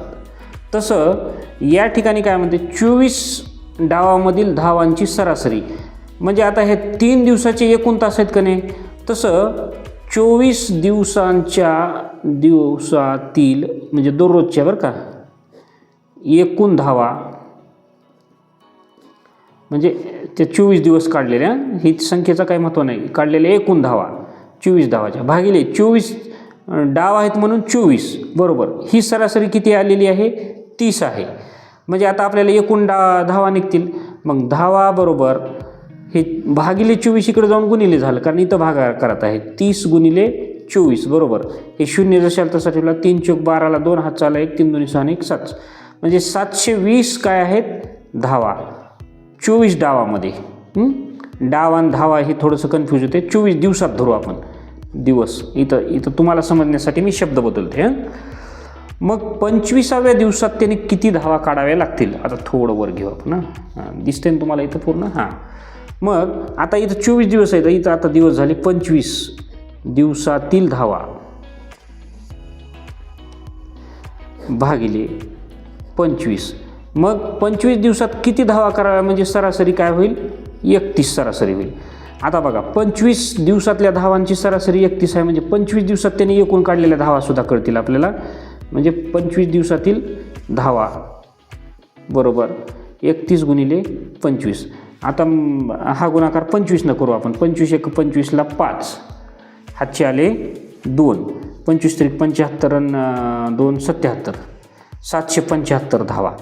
मग 24 दिवसाच्या मॅचमध्ये 720 आणि 25 दिवसाच्या मॅचमध्ये 775, म्हणजे किती धावा अधिक काढल्यात? 775 वजा 720, 775 वजा 720 असं लिहितो. थोडंसं आता वरचं हे करू आपण. म्हणजे हे 5, 7 मधून 2 गेले 5, 0. म्हणजे 25व्या दिवशी त्यानं किती काढले? 25व्या दिवशी त्यांनी 55 धावा अधिक काढल्या. किती धावा अधिक काढल्या? 55 धावा अधिक काढल्या. म्हणजे पर्याय क्रमांक सी हे उत्तर आहे. विद्यार्थी मित्रांनो, सरासरी कशी काढायची? इथं थोडा वेळ घातलाय मी. हा पेपर सोडवताना हे समजून नाही द्यायला पाहिजे, पण एक समजण्यासाठी की 3 दिवस, आता तुम्हाला थोडंसं ब्रीफ करतो मी. तुम्ही 3 दिवस शाळेत गेला, 3 दिवसाचा लागणारा सरासरी वेळ काढायचा तुमचा. पहिल्या दिवशी 2 तास लागले, दुसऱ्या दिवशी 3 तास लागले, तिसऱ्या दिवशी 4 तास लागले. खूप रमतगमत गेलात. मग सरासरी वेळ तुम्हाला शाळेत जाण्याचा किंवा 3 दिवसाचा किंवा 7 दिवसाचा, 6 दिवसाचा काढला तर 6 न भागावं लागतं. तसं इथं 24 दिवसातल्या धावा म्हणून 24 न भागलं. मग आता ह्या दोन्हीचा गुणाकार केला की 3 दिवसात लागलेला एकूण तास आले, 3 त्रिक 9. इथं 3 आलं का नाही? ह्याचा गुणाकार. हे दिवस आहेत, दिवस, आणि हा सरासरी वेळ आहे. तसं इथं 24 दिवस आणि 10 सरासरी ह्याचा गुणाकार केला की एकूण धावा निघल्या. मग 24 दिवसाच्या एकूण धावा आणि 25 दिवसाच्या एकूण धावा याचं आपण काढून वजाबाकी केली. आता मी कागद बदलतो. आपण हा प्रश्न बघूया. 47वा प्रश्न बघा. 252 या संख्येची मूळ अवयव पुढीलपैकी कोणते आहेत? 47वा प्रश्न. 252 दिसते ना तुम्हाला? मूळ अवयव म्हणजे पहा, 2 भाग झालो आपण. बे 1 बे, ह्या झालं बे 2 4, 1 उरलं. इथं 12 झाले, बेसक्क 12. पुन्हा 2नच घालायचा, मूळ संख्येनंच घालायचं. एकाला जात नाही म्हणजे एकत्रित. बेसक्क 12, बेत्रिक 6. 63ला 3 भाग जातो, आपल्याला माहिती आहे. 3 2 6, 3 1 3. 21ला 7 न जातो, 7 त्रिक 21 किंवा 3 सॉरी अगोदर 3 7 21 आणि 7ला 7 1 7. म्हणजे 2 2 3 3 7. 2 2 2 आलं नाही इथं ए मध्ये. 2 2 3 3 7. पर्याय क्रमांक ए हे उत्तर आलेलं आहे. अशा पद्धतीनं अवयव काढून आपण हे गणित सोडवलं. 48व्या गणिताकडे जाऊ आपण. 48 गणित पहा. आता असं ठेवू. 5 पूर्णांक आहे. 1/40चे दशांश सममूल्य. आता 5 हे काय आहे? पूर्ण आहे. मग 5 दशांश. आता आपल्याला 1/40चे दशांश काढायचे. आलं का लक्षात? 1/40च. 5 तर पूर्णांक आहे ना, मग 5 दशांश घेऊ आपण. चला पटपट करू आपण. 40ला भाग जात नाही, मग 0 दिलं, दशांश दिला की 0 घ्यायचा अधिकार झाला. पुन्हा 0 द्यावं लागते तर, कारण भाग जात नाही 10ला. झालं 100 झाले. 40 1 40, 40 2 80, उरले 20 उरले. 20च्या पुढे 1 0. आता दशांश दिलेला अधिकार आहे आपल्याला. 40 पंचे 200 म्हणजे 2 5 0. मग ह्या आता हा पूर्णांक आहे ना, इथं 0 थोडंच आहे. आता हा पूर्णांक दडवून ठेवला आहे ना आपण. 5.025. 5.025. मग हे शी पर्याय क्रमांक 48व्याचं उत्तर आपल्याला पर्याय क्रमांक सी दिसते.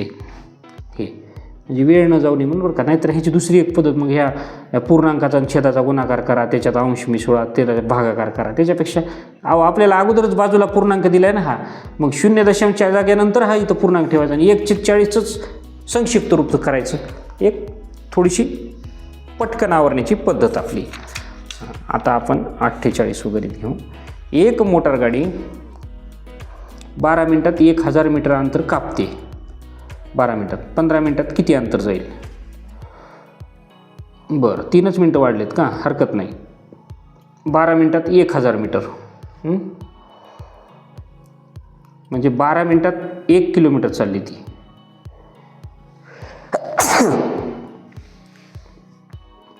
एक 1000 मीटर 12 मिनिटात. बेसक्क 12 बेपंच 10 0 0. 6 मिनिटात 500 किलोमीटर चालली.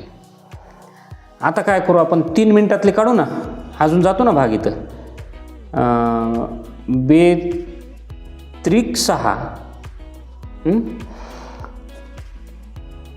बे 2 4 बे 5 10 0 0 म्हणजे ती गाडी 6च्या बे अर्ध केलं 3 मिनिटात 250 मीटर जाते. आता 1 मिनिटाचं कॅल्क्युलेशन काढायला पुन्हा अवघड जाते म्हणून मग म्हणलं, कारण ते दशांशात येल्यावर 3 मिनिटात आपल्याला इथं गणित हे आहे 250 मीटर जाते. आता विचारलं किती मिनिटात, 12 मिनिटात 1000 मीटर जाते, 1000 मीटर जाते. मग विचारले 15 मिनिटात, हे 12 अधिक हे 3 मिनिटाचे लिहू आपण, किती 250 मीटर म्हणजे 1250 मीटर 15 मिनिटात गाडी जाते. 12 आणि 3 15 मिनिटं. सोप्या पद्धतीनं लई अवघड जायचं नाही. 1250 पर्याय क्रमांक डी 49चं उत्तर विद्यार्थी मित्रांनो. हां, चला आता 50व्या गणिताकडे जाऊया आपण.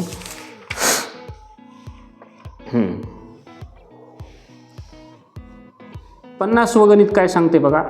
अद्वय 31 डिसेंबर 2012 रोजी रात्री 9:25 झोपला आणि 1 जानेवारी 2013 रोजी सकाळी 6:30 वाजता जागला, तर झोपला होता किती तास किती मिनिटे. फार नाव कठीण घेतलं. 31 डिसेंबर 2012 आणि 2013 बघितलं की आपल्याला वाटते हा का वर्षभर झोपला का काय. तर 31 डिसेंबर नंतर सकाळी 1 जानेवारीची उजळत असते, 2012 नंतर 2013 उजळते. त्याच्यामुळे इथं काही वर्षाबिरशाच्या डोक्यात आपल्या काही कल्पना आणू नका. फक्त इतकं लक्षात घ्या, रात्री 9:25 झोपली नाही रात्री, आणि सकाळी किती वाजता उठला, 6:30 उठला. असं जरी मोजला तरी उठला. पहा, हा 9:25 बिफोरच उठला. मग 9:25 ते 6:25 काढू आपण आणि मग बाकीचं करू. आपण सरळ मोजू. आता जाऊ दे, इथं बेरीज वजाबाकी गुणाकार भागाकार काहीच नको करायचं. ज्या पद्धतीनं गणित आहे त्याच पद्धतीनं करायचं सांगितलं. 6:25 आपण 5 मिनटं नंतर ठेवायच्यात बरं का, मिळवायच्यात झोपलेल्या टायमात. आपण 5 मिनटं लवकर उठवलं त्याला. मग 9 पासून 6 पर्यंत किती, 9 10 11 12 1 2 3 4 5 6 9 तास 5 मिनटं झालं की हो. 9 तास 5 मिनटं. 50वा प्रश्न किती पटकन सुटला. म्हणजे काही प्रश्न हे फार कन्फ्यूज करण्यासाठी दिलेले असतात आपल्याला, पण त्या अवघडात घुसायचंच नाही आपण. जर सोप्यानं काम होत असेल तर इतक्या कठीणात का जायचं. 6:30 दिले फक्त. ह्याला काय केलं आपण, 25 मिनिटाला उठवलं आणि हे 5 मिनटं आपली राखीव ठेवली आणि 9 पासून 6 पर्यंत मोजत आलो किती तास होतात ते. रात्री 9ला झोपला, 10ला 1 तास झाला, 11ला 2 झाले, 12ला 3 झाले, 1ला 4 झाले, 2ला 5 झाले, 3ला 6 झाले, 4 वाजायला 7 तास झाले, 5ला 8 तास झाले आणि सकाळी 6 वाजायला 9 तास झाले. आणि इथं बी 25 मिनटं, इथं बी 25 मिनटं आहेत. म्हणजे 9:25 ते 6:25 9 तास झाले. आणि 6:25ला नाही उठता 30ला उठला म्हणजे 5 मिनटं आगाव, 9 तास 5 मिनिटे. चला 51वा प्रश्न घेऊया. काही प्रश्न असतात बरं का, आपल्याला दिसायला फार अवघड दिसतात पण असतात फार सोपे. काही प्रश्न दिसतात सोपे पण असतात फार अवघड. म्हणजे असं कधी होऊ शकतं. विद्यार्थी मित्रांनो, आता किंमत काढायची ह्याची. हे पहा, गणितात 150 गुणिले 0 गुणिले 5 गुणिले 4 म्हणजे इथपर्यंत आता खेळच खलास झाला. इथं काय आलं, सगळ्यांचं उत्तर 0 अधिक 700ची किंमत काढायची. तुम्हाला 51वा जो प्रश्न आहे तर त्याचं सरळ पर्याय क्रमांक डी उत्तर. काही डोकं लावायची गरज नाही, कारण 0 ह्याला गुणलं हा 0 आला, ह्याला गुणलं हा 0 आला, ह्याला गुणलं हा 0, मग 700 अधिक 0. कोण म्हणजे इथं वेळ घालवायचा नाही. हा वेळ अशा वेगवेगळ्या इथं आता हे सरासरीचं गणित होतं तिथं जातो, तिथं वापरावा लागतो. कोण मोजण्यासाठी पुढीलपैकी कोणत्या साधनाचा उपयोग करतात. कोण मोजण्यासाठी काय वापरतात, तर कोण मापक वापरतात. याच्यामधलं आपल्या कंपासमधला कोण मापक वापरतात. ते अर्धचंद्र आकाराचा नसतं का, त्याच्यावर हे असतात ते. आपण कोण मापक तुमच्या शाळेत सरांनी तुम्हाला मोजून दाखवले असतील. सरांच्या कंपास पेटीमध्ये थोडीशी मोठी कोण मापक असतात. मोठी कंपास पेटी असते आपल्या शाळेतली. 6 अंकी सर्वात लहान संख्या, 53वा प्रश्न, व सर्वात मोठी 3 अंकी संख्या यांच्यातील फरक आहे. पहा, 6 अंकी सर्वात लहान. मग सर्वात लहान संख्या 6 अंकी काढायची. मग मी 1 काढलं आणि 1 म्हणलं, 6 अंकी झाले. 1 म्हणलं, 2 3 4 5 6 झाली 6 अंकी. एकक, दशक, शतक, हजार, 10,000, लक्ष, 1 लक्ष. आणि 3 अंकी सर्वात मोठी संख्या, सर्वात मोठी 3 अंकी संख्या 1 2 3, 3 वेळेस 9, याच्यातला फरक काढायचा. आता ह्या 1ला ह्याने उसना मागितल्यानंतर हा 0 झाला ना, आकाश निघून इकडे गेला. इथं राहिले 9, ह्याने याला उसना दिला. इथं राहिले 9, ह्याने याला उसना दिला. इथं राहिले 9, ह्याने याला उसना दिला. इथं राहिले 9, ह्याने याला उसना दिला. आता 10मधून 9 गेले 1 उरले, 9मधून 9 गेले 0 उरले, 9मधून 9 गेले 0 उरले, 9मधून जायला कोणीच नाही, 9मधून जायला कोणीच नाही, इथं 0 राहिले. 99,001. पर्याय क्रमांक बी 53वी संख्या पहा. किती आपल्याला हे केलेलं होतं, गोंधळात टाकलं होतं, पण तो काही गोंधळात न जाता विद्यार्थी मित्रांनो डोकं शांत ठेवा. मी वेळोवेळी सांगतो, एक गोष्ट लक्षात ठेवा. इथं 53व्या प्रश्नाचं बी उत्तर आले आणि उत्तरपत्रिकेत जर तुम्ही शीला गोल केलं तर आपल्याला त्याचा गुण मिळणार नाही, आपलं नुकसान होईल विद्यार्थी मित्रांनो. त्यामुळं या गोष्टीसुद्धा आपण अतिशय गांभीर्यानं लक्षात घेतल्या पाहिजे. 54वा प्रश्न पहा. आणि गणित जेवढं परफेक्टली समजून जाईल तेवढं फार महत्त्वाचं आहे.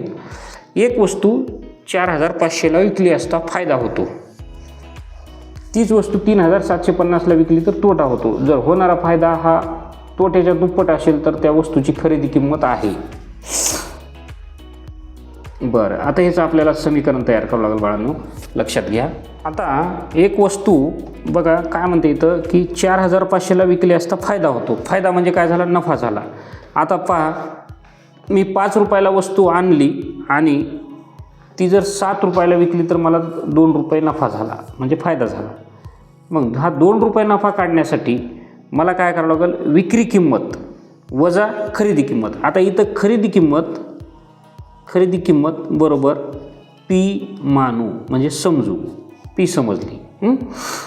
4,500ला विकले म्हणजे नफा जर झाला तर 4,500 वजा पी म्हणजे विक्री किंमत, म्हणजे 7 रुपयाला वस्तू. ही तर समजूच नका, मी आता तुम्हाला जे सांगितलं 7 रुपयाची वस्तू आहे, वजा आणलेले 5 रुपये आहेत, बरोबर नफा झाला. म्हणजेच आणलेले मला माहीत नाही तिथं कितीला आणलं, पण 2 रुपये नफा झाला. आता बरोबर काय म्हणते, जर तीच वस्तू 3,750ला विकली तर तोटा होतो. म्हणजे 10 रुपयाला आणलेली वस्तू 8 रुपयाला विकली तर तोटा झाला, म्हणजे नुकसान झालं का नाही. म्हणजे 10 वजा 8 म्हणजे तोटा निघतो. म्हणजे 10 म्हणजे खरेदी किंमत, तोटा जेव्हा होतो तेव्हा ही खरेदी किंमत पी आहे, वजा विक्री किंमत काय आहे, म्हणजे जशी 8 रुपयाला विकली आपण 3,750. पण ते काय म्हणते की हा होणारा जर तोटा आहे, जर होणारा फायदा हा तोट्याच्या दुप्पट असेल, म्हणजे हा तोटा आहे ह्याच्यात आलेला तोटा गुणिले 2 हा नफ्याबरोबर असेल. म्हणजे हे समीकरण तयार झालं विद्यार्थी मित्रांनो. असं एखादं गणित असताना डोक्याला चॅलेंज करणारं. 4,500 वजा पी बरोबर पी गुणिले 2 बरोबर 2p वजा, आता पीनं ह्याला पण गुणावं लागलं 2 बे 0 बे 10ला 0, कारण ह्याच्या पण दुप्पट आणि पीच्या पण दुप्पट केलं आपण 2दा, म्हणजे 2दा पीन 2दा आहे. हातचा आला 1, बेसती 14 आणि 1 15 आणि बेत्रिक 6 हातचा 1 7, 7,500 आलं. आता समीकरण तयार करायचे आपल्याला विद्यार्थी मित्रांनो. वजा 7,500 इकडं आणू आपण, म्हणजे 4,500 अधिक 7,500 बरोबर 2p. हे वजा पी इकडं जाऊन काय झालं, अधिक पी म्हणजे 3p झालं.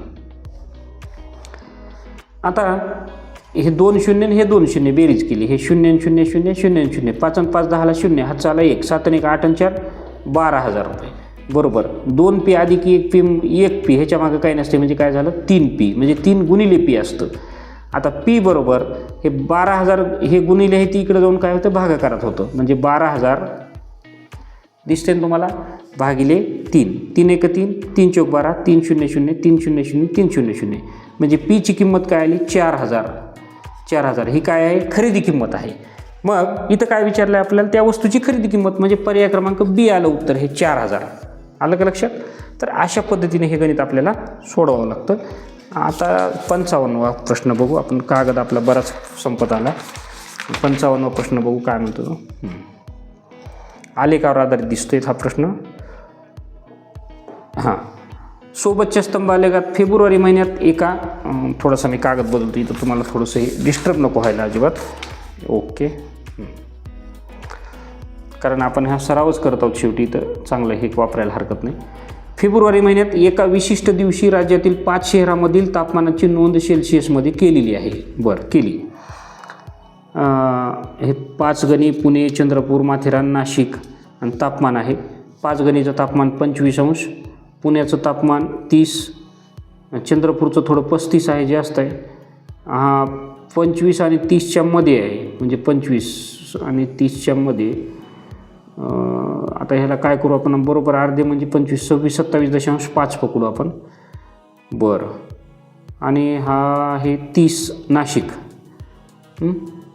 तर प्रश्न काय आहे, चंद्रपूर व 5 गणी यांच्या तापमानातील फरक किती आहे. आता चंद्रपूरचं तापमान आहे 35, नुसतं च लिहितो, बरोबर 35 चंद्रपूरचं तापमान 35, आणि 5 गणीचं तापमान आहे 25. फरक 10 अंश सेल्सिअस. किती आहे फरक, 10 अंश सेल्सिअस. 55वा प्रश्न, त्याचं उत्तर डी, 10 अंश सेल्सिअस.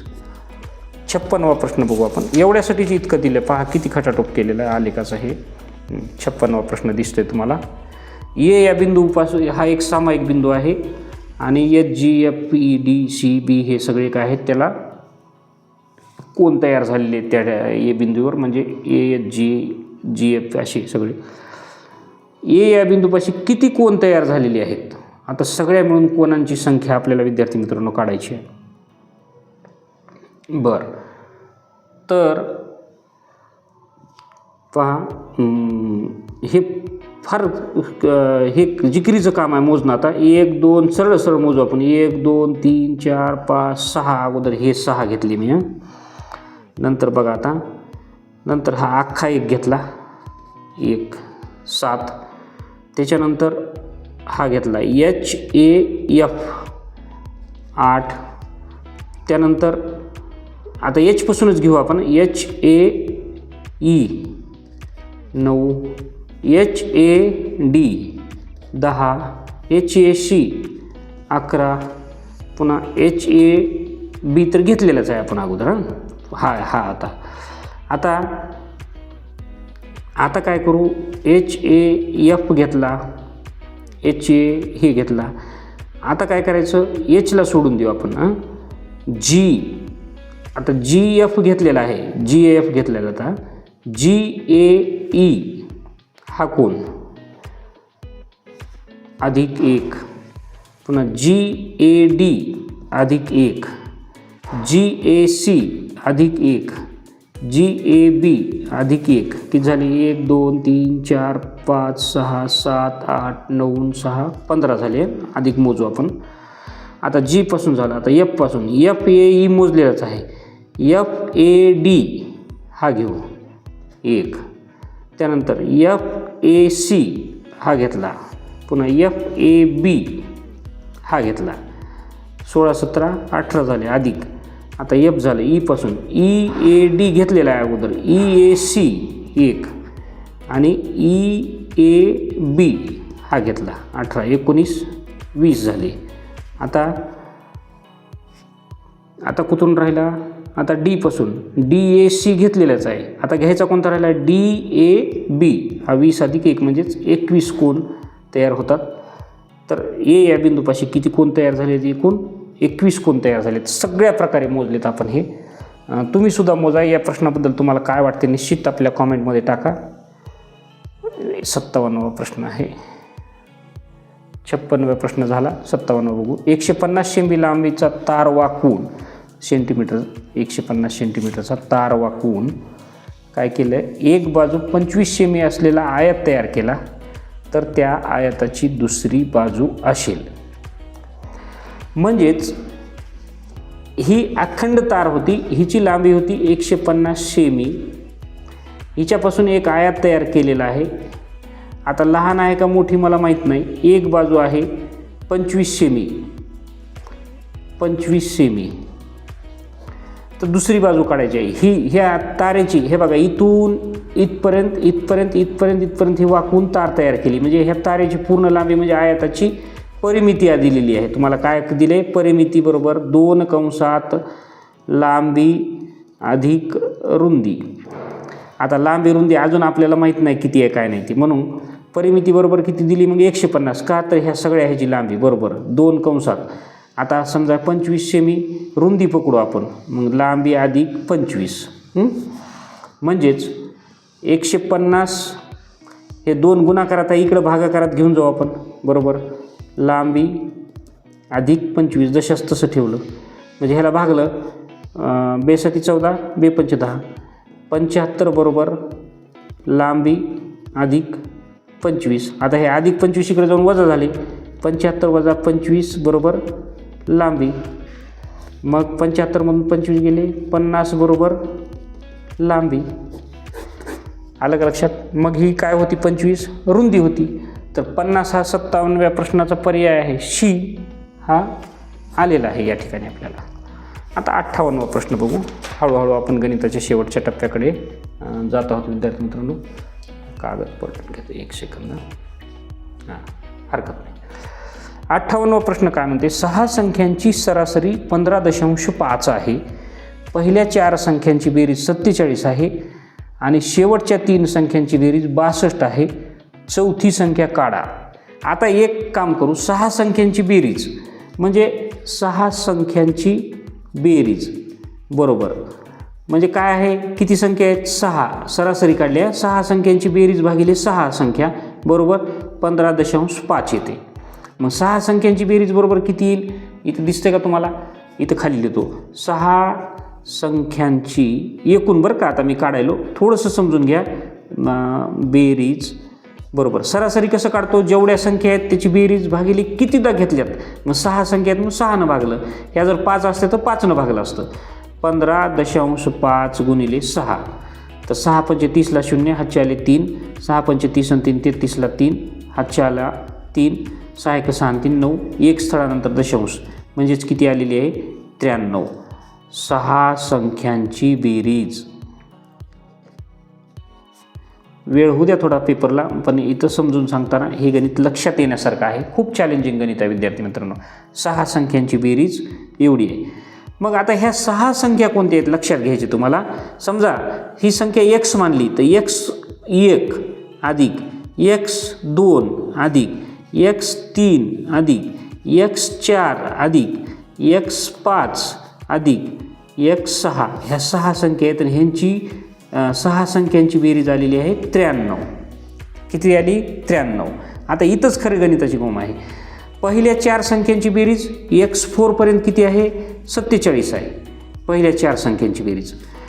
पुन्हा शेवटच्या 3 संख्यांची बेरीज म्हणजे ह्या 3 संख्यांची बेरीज किती आलेली आहे, 62 आलेली आहे, 62. आता लक्षात घ्या विद्यार्थी मित्रांनो, मी पुन्हा थोडंसं लिहितो. हे अर्धा मिनिट जाऊ दे, हरकत नाही, हा अर्धा मिनिट आपल्याला कामाचा आहे. x1 अधिक x2 अधिक x3 अधिक x4 ह्या 4 संख्यांची बेरीज 47 आहे. आता शेवटच्या 3 म्हणजे कोणत्या, ह्या x4 अधिक x5 अधिक x6 ह्यांची बेरीज आहे किती, शेवटच्या 3ची बेरीज आहे 62 आहे. आता ह्यांची जर एकूण बेरीज केली 7 आणि 2 9, 6 आणि 4 10, 109 आली. किती आली, 109. पण एक गोष्ट तुमच्या लक्षात आली का, की x4 इथं बी आले आणि x4 इथं बी आली, दोनदा आली ह्या 109 बेरीज झाल्यावर, बरं का. कारण माझी एक ओळ लक्षात घ्या, पहिल्या 4 संख्यांची बेरीज 47 आणि शेवटच्या 3ची 62 आहे, ह्या दोन्हीची बेरीज 109 आली. आलं का लक्षात. आणि इथं उत्तर मिळते आपल्याला, एकूण 6 संख्यांची बेरीज 93 आहे. इथं डबल कोण आले, डबल कोण आले, x4 आलेला आहे, चौथी संख्या डबल आली. मग सलग 6 संख्यांची संख्या बेरीज जर ह्याच्यातून वजा केली तर मग ती त्याच्यात काय, x4 एकदाच आहे का नाही. मग ह्या सलग 6 घेऊन 93 बेरीज येते आणि x4 दोनदा घेऊन 109 बेरीज येते. मग 93मधून 109मधून 93 वजा करू आपण, 9मधून 3 गेले 6 आणि 10मधून 9 गेली 1, म्हणजे डबल आलेली संख्या कोणती निघून गेली बाहेर. ह्या सलगचा बेरीज केली तर 93 आहे आणि ह्याला डबल ठेवून केली 109, म्हणजे x4 ही जी होती ही चौथी संख्या होती, तिची बेरीज 16 होती. म्हणून इथं पर्याय दिसते ना 16 तुम्हाला. हां, तर पर्याय क्रमांक सी हेचं उत्तर आहे विद्यार्थी मित्रांनो. खूप छान गणित आहे, परंतु तुमच्या खरोखर 5वीच्या हे जे गणित सोडवलं नाही खरोखर त्याला सॅल्यूट, कारण सुपिरियर दिमाग म्हणावं लागेल. कारण ही कन्सेप्ट समजून घेणं, ह्या गणितामधली ही खोच समजून घेणं हे फार महत्त्वाचं होतं. पहा हे गणित कसं होतं ते. आता आपण पुढचं गणित करूया. हां, पुढीलपैकी कोणत्या राशीची किंमत 1 आहे. आता हे आपल्याला ओळखायचं आहे. हरकत नाही. मग इथं बघू आपण. इथं 10 येतं. हा दशांश काय होतो मग 10 गुणल्यावर एक स्थळ पुढं जातो 3 दशांश. इथं पण 10 येते. हे 20/2 म्हणजे 10 आहे बरं का. 20/02 म्हणजे इथं काय आहे आता. हां, इथं बघा 20/02 म्हणजे इथं 10 येत नाही. हा दशांश कटल्यावर 200 येतं. इथं 100 येतं आणि 100 आल्यानंतर हे दशांश स्थळ काय होतं पुढं जातं 2. मग ह्याचं उत्तर जे आहे आता आपण करून बघू 59 जे आहे इथं काय होतं पहा. 2 पुढं चाललं म्हणजे 30/304 म्हणजे त्याचं उत्तर 1 येईन ना. इथं पहा 30 दशांश. आता इथं 10 आलं म्हणजे 10 गुणलं की दशांश स्थळ काय झाला 1 पुढं आला.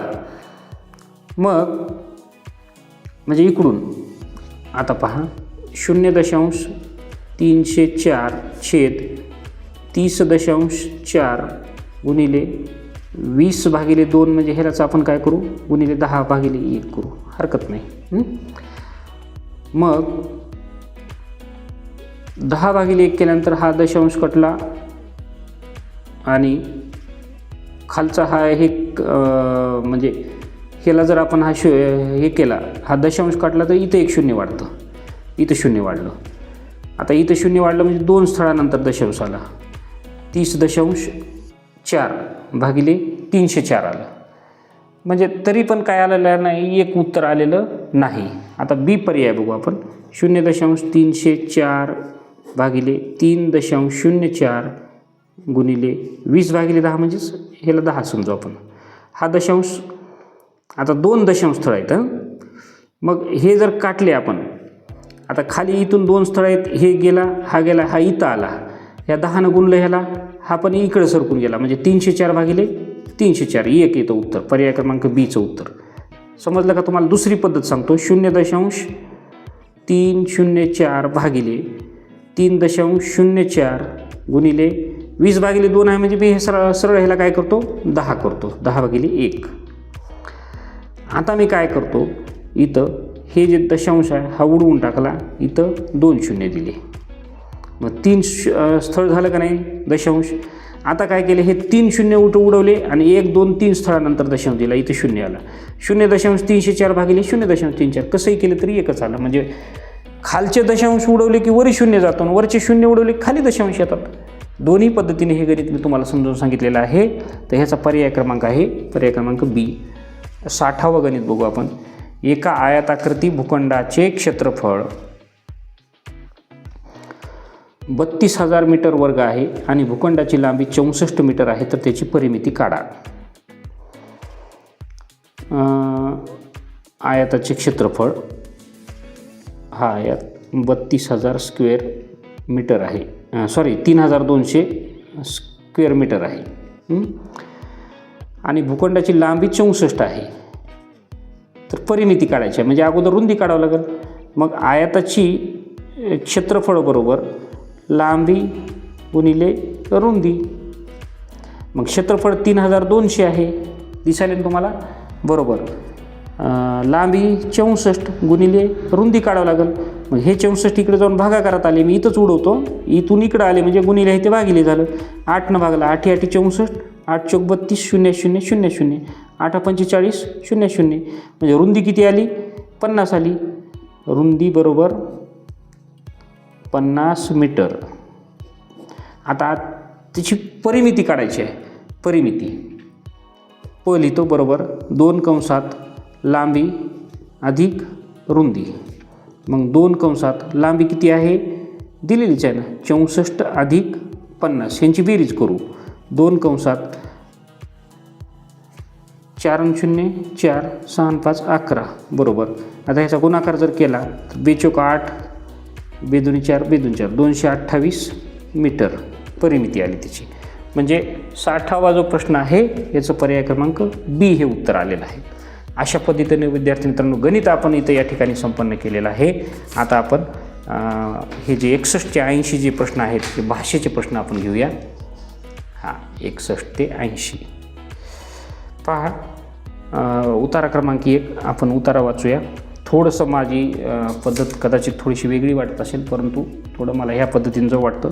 मगरी लवकरच नष्ट होऊ घातलेल्या जाती आहेत म्हणून त्यांना ठार मारले पाहिजे, माणसाळले पाहिजे, संरक्षण दिले पाहिजे, साखळदंडाने बांधले पाहिजे. मगरींची बाळे काय खातात? पुढीलपैकी कोणते विधान बरोबर नाही? पूर्ण वाढलेल्या मगरी मोठे प्राणी खाऊ शकतात. शरीराचा बराच भाग पाण्याखाली असतानाही त्या पाहू शकतात. त्या चपळाईने भक्ष्यावर हल्ला करतात. मगरींची फक्त एकच जात भारतात आढळते. मगरींचे डोळे डोक्याच्या वरच्या भागात नसते तर काय झाले असते? आणि 10 कोटी या शब्दसमूहात 10 ते डॅश डॅश 10 हे काय आहे? आता आपण उत्तराकडे जाऊ. 10 कोटी वर्षापेक्षा अधिक काळापासून मगरी पृथ्वीतलावर आहेत. भारतामध्ये मगरींच्या 3 जाती आढळतात. आलं का लक्षात? भारतामध्ये मगरींच्या 3 जाती आढळतात. त्या अशा पाणथळ मगरी, खाऱ्या पाण्यातील मगरी, सुसरी या सर्व लवकरच नष्ट होऊ घातलेल्या आहेत. मगरींची बाळे किडे खातात, परंतु जसजशी मोठी होतात तसतशी बेडूक, मासे आणि मोठे प्राणी पकडतात. पूर्ण वाढलेल्या मगरी हरिण किंवा तशा प्रकारचे प्राणी खाऊ शकतात.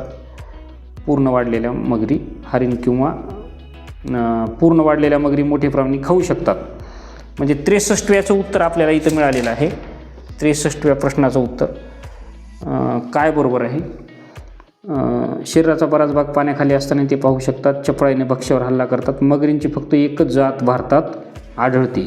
आता 63वा प्रश्न असा आहे, आपण गडबडीत जर वाचायला गेलो तर आपल्याला हे बरोबर वाटतं. पुन्हा हे पुढीलपैकी कोणते विधान बरोबर नाही? मगरींची फक्त एकच जात भारतात आढळते. नाही, भारतात तर 3 जाती सांगितल्यात, म्हणजे डी. आपण एक प्रश्न घेऊन पुढे जाऊ. पाण्याच्या आत तरंगत मगरी शिकार करतात. डोक्याच्या वरच्या भागात त्यांचे डोळे आणि नाक असल्याने शरीराचा बराचसा भाग पाण्याखाली असतानाही त्या बघू शकतात. म्हणजे त्या सगळ्या पाण्यानं झाकून घेतात आणि डोळे आणि नाक वर असल्यामुळे श्वासोच्छ्वास करू शकतात आणि पाहू शकतात. त्या अगदी हळू गुपचूप भक्ष्याजवळ तरंगत जातात आणि चपळाईने हल्ला करतात. मग आता इथं पहिला प्रश्न आलेला आहे, लवकरच नष्ट होऊ घातलेल्या जाती आहेत म्हणून त्यांना ठार मारले पाहिजे का माणसाळले म्हणजे माणसाच्या सवयी लावल्या पाहिजेत, साखळदंडाने बांधले पाहिजे का संरक्षण दिले पाहिजे? 61व्या प्रश्नाचं उत्तर आहे शी, त्यांना संरक्षण दिले पाहिजे. 62वा प्रश्न, मगरींची बाळे काय खातात? तर आपण पाहिले किडे खातात. मगरींची बाळे बी पर्याय आहे, किडे खातात. 63वा प्रश्न सोडवला. आपण 64व्या प्रश्नाकडे येऊ. मगरींचे डोळे डोक्याच्या वरच्या भागात नसते तर काय झाले असते? ती जोरात पोहली असती, तिने शिकार सहज केली असती, ती पाण्याखाली राहिली असती का तिला पाण्याच्या वरती पोहावे लागले असते? तर 64वा जो प्रश्न आहे त्याचं उत्तर आहे डी. कारण तिला जर डोळेच वर राहिली नसती वर डोक्याच्या तर तिला पाहण्यासाठी वरच यावं लागलं असतं आणि ती आपल्या शिकारीला दिसली असती. 10 कोटी या शब्दसमूहामध्ये 10 हे काय आहे? 10 हे काय आहे? संख्या विशेषण आहे. संख्या विशेषण आहे 10 कोटी या शब्दसमूहात. आता आपण पुढचा उतारा घेऊया. 4 उतारे असतात. उतारा क्रमांक 2 पहा. अडचणींनी आणि रोगांनी भांबावून जायचे कारण काय? संकटे ही काही कायमची नसतात ना. भांबावून जाणे या वाक्प्रचाराचा योग्य अर्थ, संकटाकडे पाहण्याची दृष्टी अशी असावी, या गोष्टीमुळे जीवनाचे मूळ आनंदी रूप नाहीसे होत नाही. सूर्य या शब्दाचा समानार्थी शब्द ना आपण भयग्रस्त होतो कारण. असे प्रश्न आहेत. थोडंसं ओव्हरलिकिंग करून घेतलं. मग त्यांच्याकडे सोशिकपणे संकटाकडे खिलाडवृत्तीने पाहण्याची दृष्टी का असू नये? संकटांचे जेव्हा आपल्यावर आक्रमण होते तेव्हा ती फार मोठी किंवा असह्य वाटतात, परंतु ती ओसरल्यावर आपण त्यांना का घाबरलो तेच आपल्याला समजत नाही. आपण घाबरतो याचे कारण आपल्याजवळ मनाची स्थिरता किंवा शांती नसते. मनाची शांती नसते याचे कारण अडचणींचे खरेखुरे स्वरूप आपल्याला कळलेले नसते. जीवन म्हणजे संकटे नव्हेत, कारण ती असतानाही जीवन चालूच असते. मळब आल्याने सूर्य जसा नाहीसा होत नाही त्याचप्रमाणे रोगांनी संकटांनी जीवनाचे मूळ आनंदी स्वरूप नाहीसे होत नाही.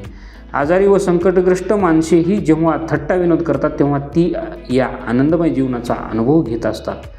भांबावून जाणे याच वाक्यप्रचाराचा योग्य अर्थ होतो. दुःख होणे, मन चंचल होणे, मन सैरभैर होणे, आश्चर्यचकित होणे. म्हणजे भांबावून जाणे हे 66वा प्रश्न आहे. तर त्याचं उत्तर मन सैरभैर होणे. म्हणजे भांबावून जाणे म्हणजे मनाची एक अवस्था असते की मनाला हे करावं का ते करावं तेच कळत नाही. संकटाकडे पाहण्याची दृष्टी अशी असावी, खिलाडूवरती सहनशीलता, शोषिकता व आनंदी, दुःखी कष्टी, सहज आक्रमक. तर 67वा प्रश्न या ए आणि बीमध्ये थोडंसं आपलं कन्फ्युजन होते. असे प्रश्न असतात बरं का, परंतु खिलाडू वृत्तीनं संकटाकडे पाहिलं पाहिजे, सहनशीलतेनं पाहिलं पाहिजे. अलग लक्षात. तर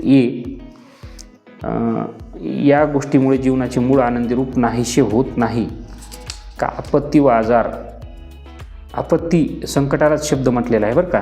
तर 68वा जो प्रश्न आहे त्याचं स्थिरता व शांती या गोष्टीमुळे जीवनाचे मूळ आनंदी स्वरूप नाहीसे होत नाही.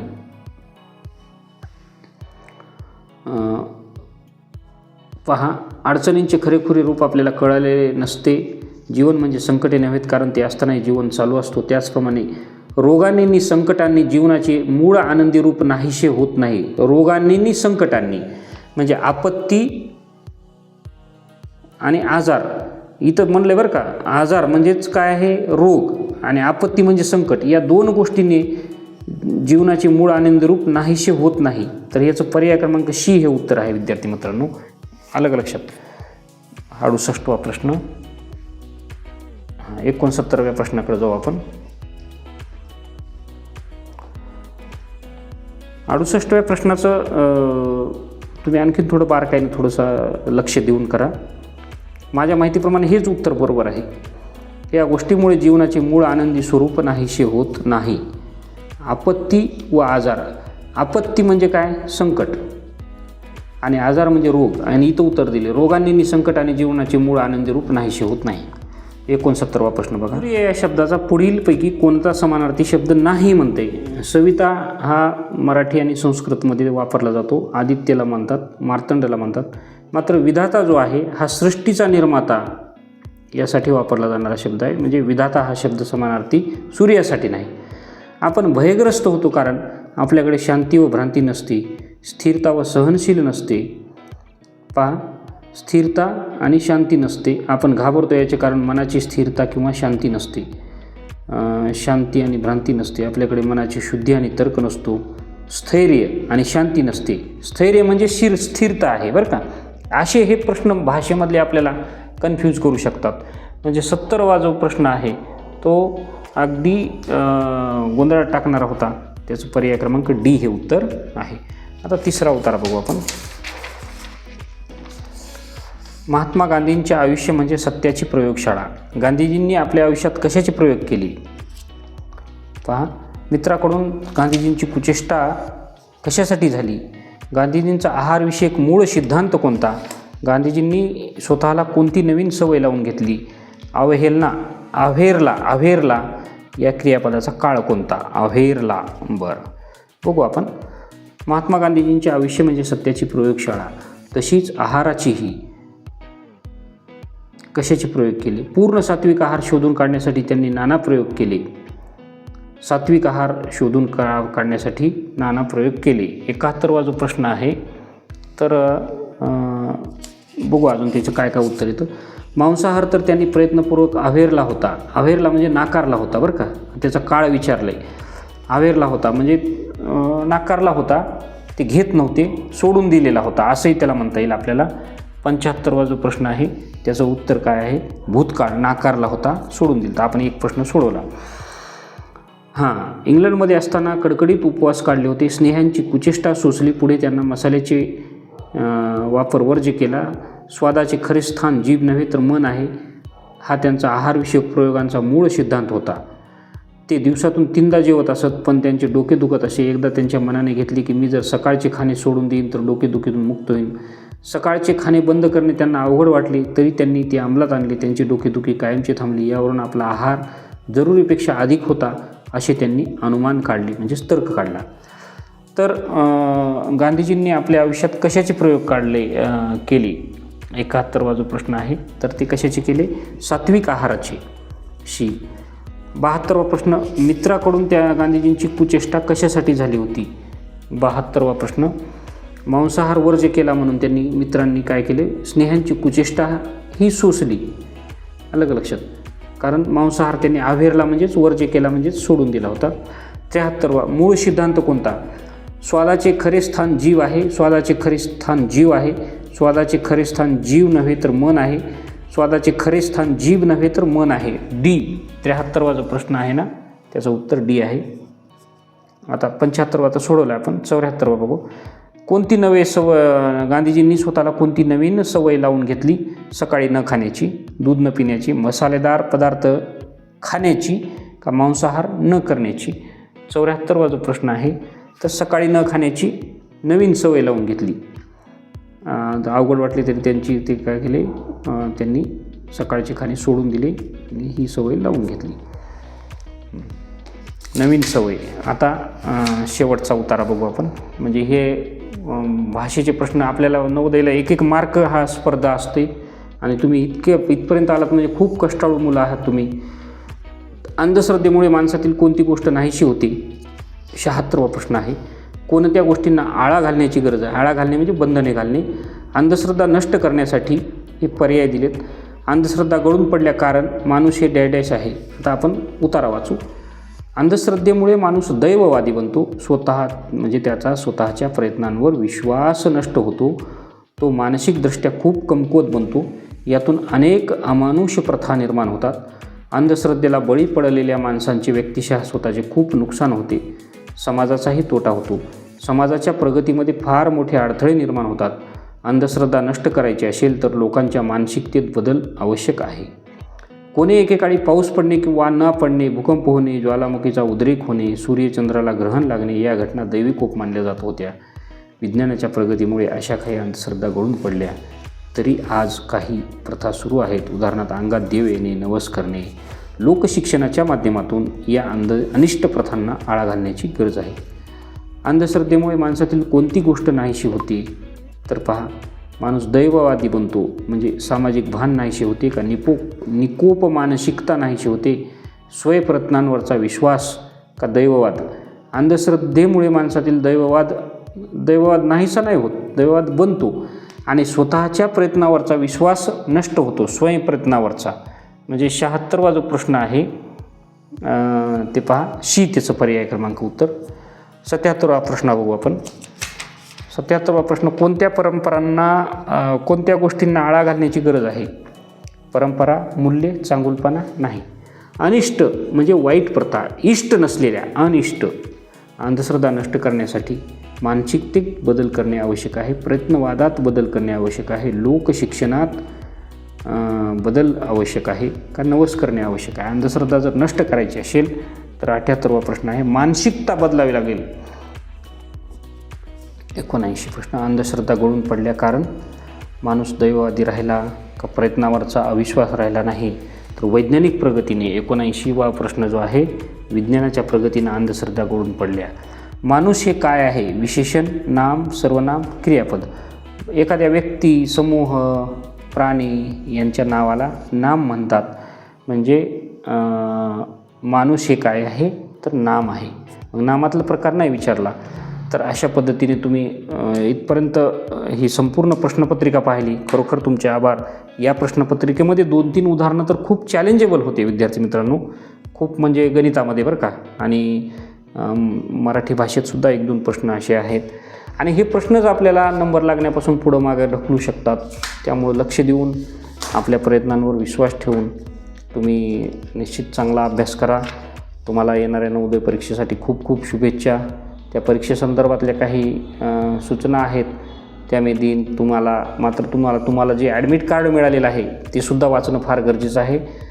माझ्या सांगण्यापेक्षा ॲडमिट कार्डवरील सूचनांचं पालन करणं अतिशय महत्त्वाचं आहे. तर तुमची 13 डिसेंबरला परीक्षा आहे. त्यानंतर 13 डिसेंबरला होणाऱ्या परीक्षेसाठी काही सूचना असतील तर त्या सूचना मी तुम्हाला तुमच्या ॲडमिट कार्डवर तर येणारच आहेत, परंतु थोड्याशा सूचना ज्या काही सांगता येतील त्यासुद्धा मी सांगणार आहे. मात्र अंतिम सूचना ह्या तुमच्या ॲडमिट कार्डवर दिलेल्याच असतील आणि त्यांचंच पालन करून तुम्ही परीक्षा देणं आवश्यक आहे. तोसुद्धा व्हिडिओ अवश्य पहा. निश्चितच आपला व्हिडिओ आवडला लाईक करा, चॅनलला सबस्क्राईब करा. धन्यवाद.